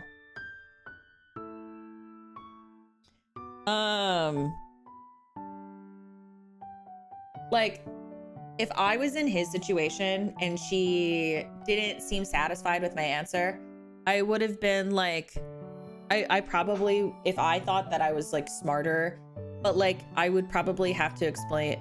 I probably wouldn't have said yes. I probably would have continued to push the quote unquote non-answer, like saying like, you thinking that, because she's insecure about her intelligence. So I would say like, you thinking that I am smarter than you is only going to feed your insecurity. So I don't understand why you're asking me this question.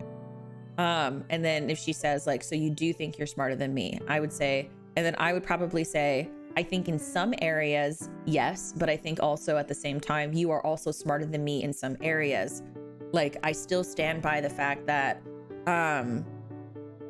you know, that intelligence is like not necessarily linear. It's fairly broad and it can be intelligence in multiple different ways. So he did say that, don't he? Yeah, but the thing is he didn't push it. So that's the thing. That's the one thing that he needed to stand by, was he didn't, Daga, thank you for the blue thing. No, but the thing is he didn't stand by it. So like he just lacked the like, I guess he lacked the emotional, not I don't want to say empathy, but I think he lacked like the ability to handle that properly. That's all. Not a big deal. OP will be okay. Girlfriend will be okay. So yeah, they'll be okay. It's just like the tact. Thank you. Yes, you just lack tact. That's all.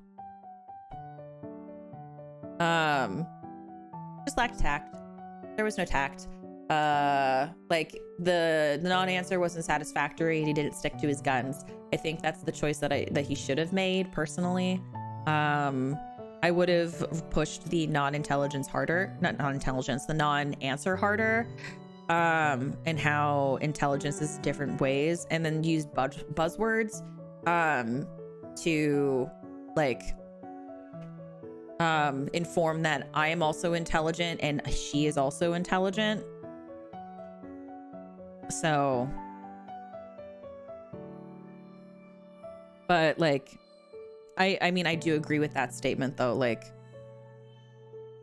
intelligence comes in different forms and and can change in different areas. It's not necessarily if one person is smarter than the other.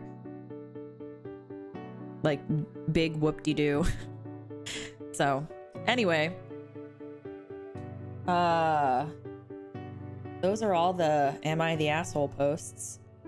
Did you guys have fun? Did you guys enjoy? Did we have a good vibe? Do we think that we have learned many a thing today?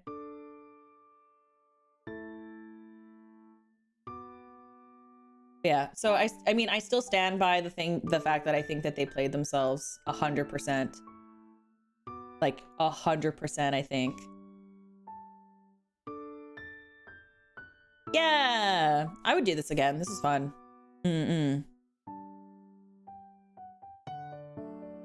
Yeah, thanks for hanging. As always, at the end of every stream, I give out the membership count. We are currently at 712 members. Thank you for 700 members. I still have to figure out what to do for 1,000. Someone suggested a party, so maybe we'll do like a members only pizza party or something. I think that'd be really fun. So we might do that, like members only pizza party where I get pizza and then maybe watch a movie together. So keep an eye out for that. And also thank you so much to my tier 3 members, Lock On, Rightsy Out, Patridges, Kid, Fenny, Cam, Jade, Damper, Random, Omni, Fwoot, Fro, Goat, Flash, Zane, Brooksy, Highway, QQ, Vol, Vara, Ricardo. Thank you for being my tier 3 members. I appreciate it very, very much. And saving some for lunch tomorrow. Ooh, I'm actually probably gonna like hand make pizza tomorrow. Yes, there is a third tier. There is a tier 3. Tier 3 members, I always thank tier 3 at the end of every stream and at the end of like my long form videos. So, no, I won't just eat the toppings. I'm not gonna do that. No, no, no. So, schedule is already out for this week. Did I miss the yellow thing? No, I was gonna save it for the bye-bye screen. So that way you guys could listen to my tongue as we said goodbye. Simplot, thank you for becoming a tier 3 member, my darling. Okay, hold on. Let me say thank you to the tier 3s again, since we have a new tier 3 member. Damn, surprised, ruined. I know, sometimes people are just not patient.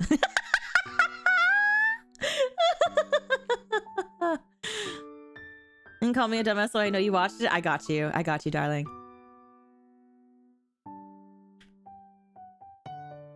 You found it? I'm glad. Thank you for becoming a tier 3 member, dear. Okay, let me open this again. But while I'm opening this, tomorrow I'm playing Portal 2 with Miss Lilria. We're going to be finishing it up, I think. I don't know how long Portal 2 is, so we're going to be doing that. On Wednesday, I'm going to be saying I love you to every single chatter that comes into the stream. So if you know anybody that needs a Yandere girlfriend or Yandere mommy saying I love you to them on Wednesday, feel free to give them to me. I will take very, very good care of them. And it will be done with my ASMR microphone, my 3DO. And then on Saturday, we're going to be doing ASMR teacher roleplay. I'll be using my 3DO instead of my regular microphone for it. And then on Sunday, we're going to be doing Office Lady roleplay for members only. So I hope you're looking forward to that. And now, again, thank you to my tier 3 members, Sir Simpleot, Lock On, Rateziel, Patchages, Kid, Fenny, Cam, Jade, Damper, Random, Omni, Floot, Fro, Goat, Flash, Zane, Brooksy, Highway, Q Ranger, Vol, Vara, and Ricardo. Thank you for being my tier 3 members, my love. Also, can we get in line more than once for Wednesday's stream? I have to set it up, but I'm going to explain how that is all going to work on Wednesday, so do not fret. Also, oh shoot, I was going to say something.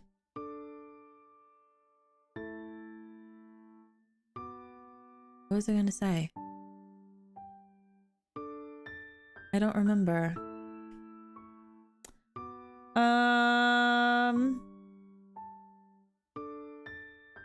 I don't remember. Anyway. Don't remember at all. But if you guys like this stream, I'm probably gonna do it again. I actually had a really good time. Oh yeah, merch. Thank you so much. Okay, so the anniversary merch is available for only 1 more week. So if you haven't gotten a chance to grab the voice pack or the docky, you can buy those separately. You do not have to buy them only in a pack. So you can just get the voice pack. So if you bought any of the merch, please let me know, or not let me know, let one of the mods know, provide your order number, and I'll put your name on the little scroller at the bottom that says thank you for the merch. And if you do end up getting the merch, please let me know if you like the voice pack. I was literally actually asking Brooksy about the voice pack if he liked it, because I was like, no one said anything about it, so I don't know if anyone likes it. And then if you get the docky and the stickers, when they come in, please tag me in them. I would love to see it. And I'm trying to think if there's anything else. I don't think so. So that being said, thank you so much for hanging out with me today. I hope I will get to see you tomorrow for Portal. If I don't get to see you tomorrow for Portal, I will see you in the Discord server. You can find the link for the Discord server in the YouTube description. And if I don't, I normally buy voice packs. Sorry, Ophi. No, it's okay. You're totally fine. You're totally fine. I just wanted to let people know because I feel like people forgot, like people didn't realize that you could get the voice pack separate from the Docky. I think people are a lot under the impression that you can only just get the Docky, but that's not the case. You don't have to get the Docky. You can just get the voice pack. So I didn't want anyone to, I was trying to like make that clear. So there wasn't any confusion. But anyway, so if you guys would like to join the Discord server, you can find the link in the YouTube description.